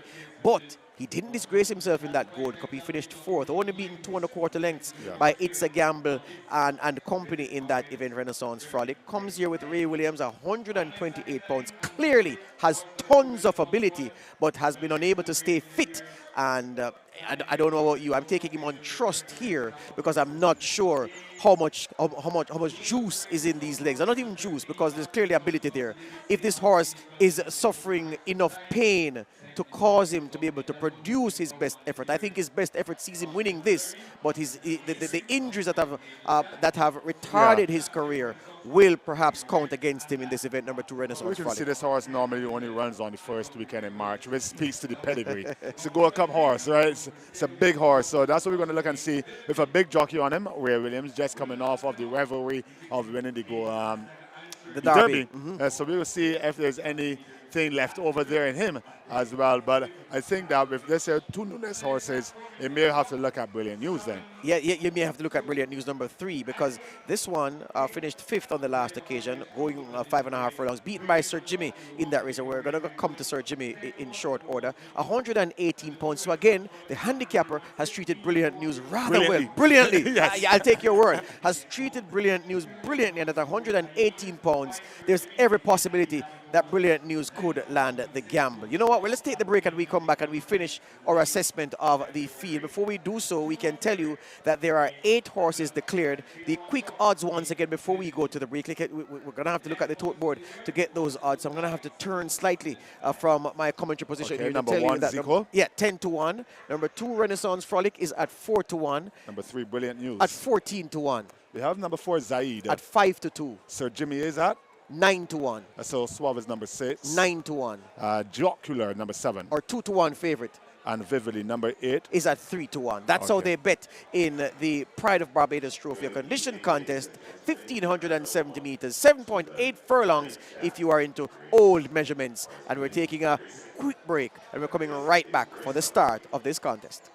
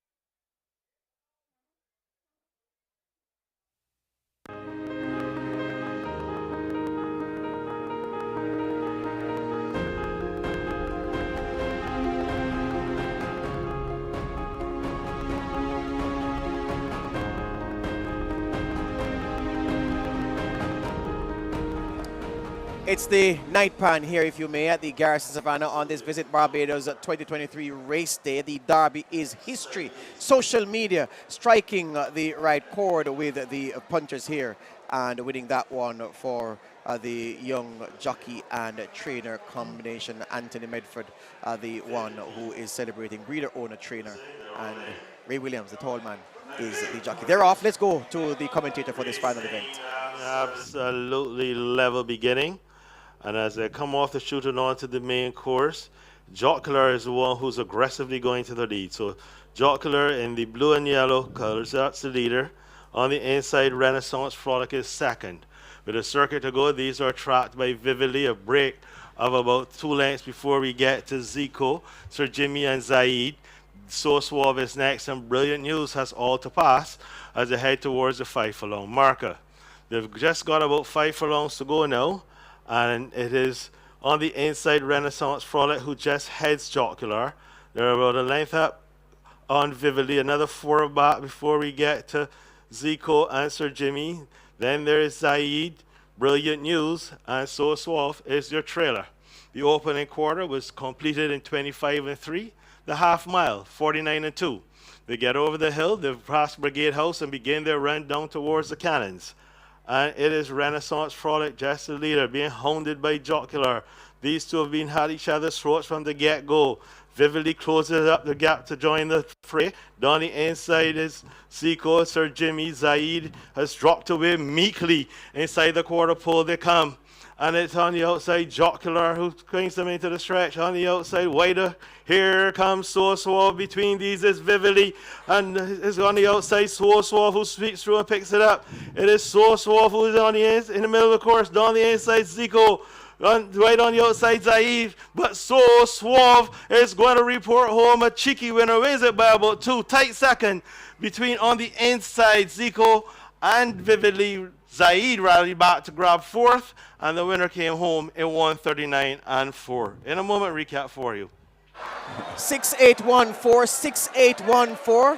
He looks as if he spotted a winner. That gentleman sharing it with his family. 6814, number 6. So Suave with a performance that was rather suave for John Mark Cozier and Anderson Tom Trotman, swooping down on rivals, widest of all, and ran away from them up the straight to win, as our commentator said, with a little bit in hand. Here's our head-on replay of the final furlong, and So Suave has the race in the bag right here. Tom Trotman timed it to perfection.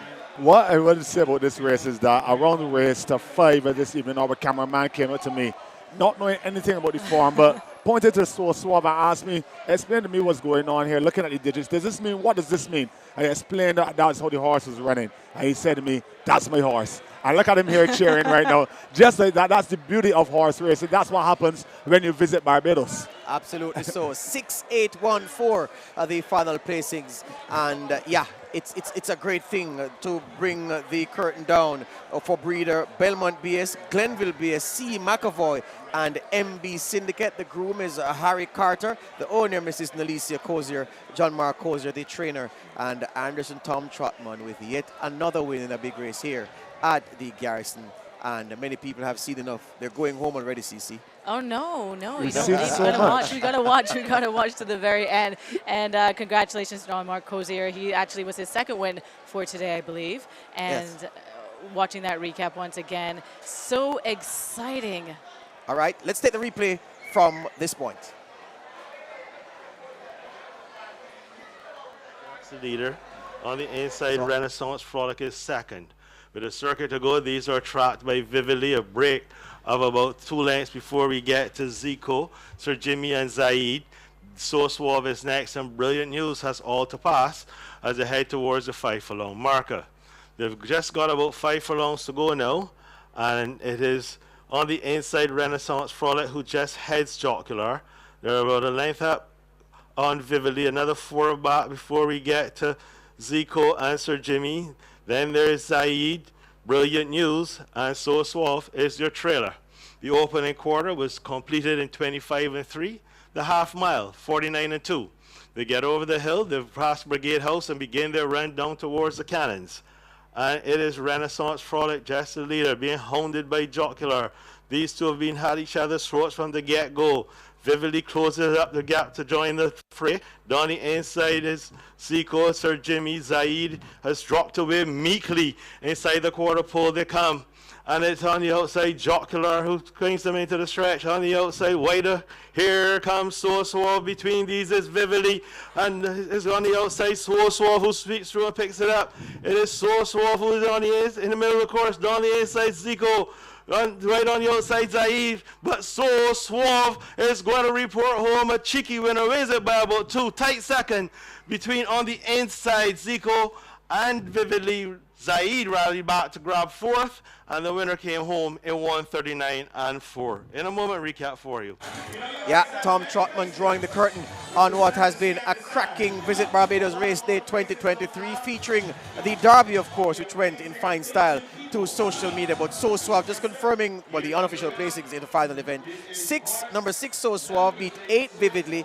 Then came number 1 Zico, and 4th home was number 4 Zaid. The rest is for the statisticians and the place judge here at the Garrison to publish for your convenience. This point now of the broadcast is when we wrap up, and I want to ask the lady about her experience this afternoon, the people she's interviewed, the vibe that she's taken up, she's been a part of, and the 360-degree feeling of being a part of this Visit Barbados 2023 race day. I must say it's truly, truly amazing. You know, I saw characters, I spoke to some people that I knew, some trainers. Of course, we spoke to that family from Scotland who were here visiting, and they're like, hey, we've never been to Barbados. We wanted to come and experience racing at the Garrison. Is historic, so why not? One of my favorite interviews is one that you actually did, speaking to social media and the owner, the trainer, the jockey. Breeder, yeah. A first time. I think that story is so amazing, and I would like to know, I'm going to find them later to just have, like, maybe buy them a drink and find out more about that story, because it's such a great story for this, the first Visit Barbados Derby race day, and then to have that spectacular showing for them as well. So that was a highlight for me today.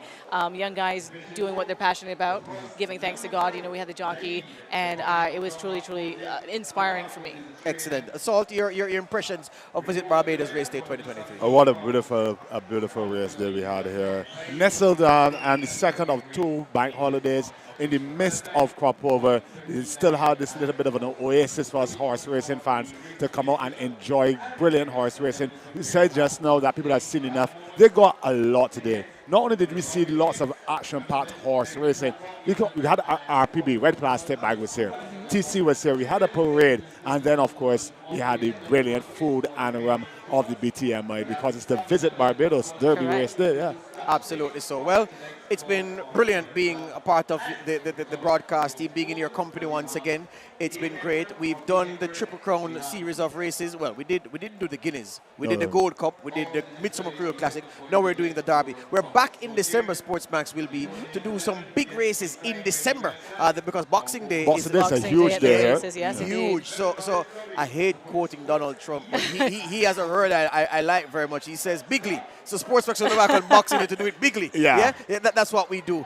So, you know, it's been good. The racing has been brilliant. I really enjoy the racing. And like CC, I'm very happy that the story of the 2023 Derby is about a newcomer, a parvenu, someone newly risen in status. He now joins some of the greats of the Barbados turf as a Derby-winning trainer, a Derby-winning owner, and a Derby-winning breeder, all in his first attempt, and the man is just 32 years old. Yeah, and I can imagine that in years to come, you are going to remember that interview. Hopefully, he's going to have several more successes to speak of, and you can start to tell them, well, I remember this first Derby. I went down to the parade ring, and I interviewed him, such a humble young man then, and 20 years on down the road, we're seeing what he has done after that, yes. Excellent. Well, on behalf of a crack team, it was really a crack team, a small team, but a brilliant team.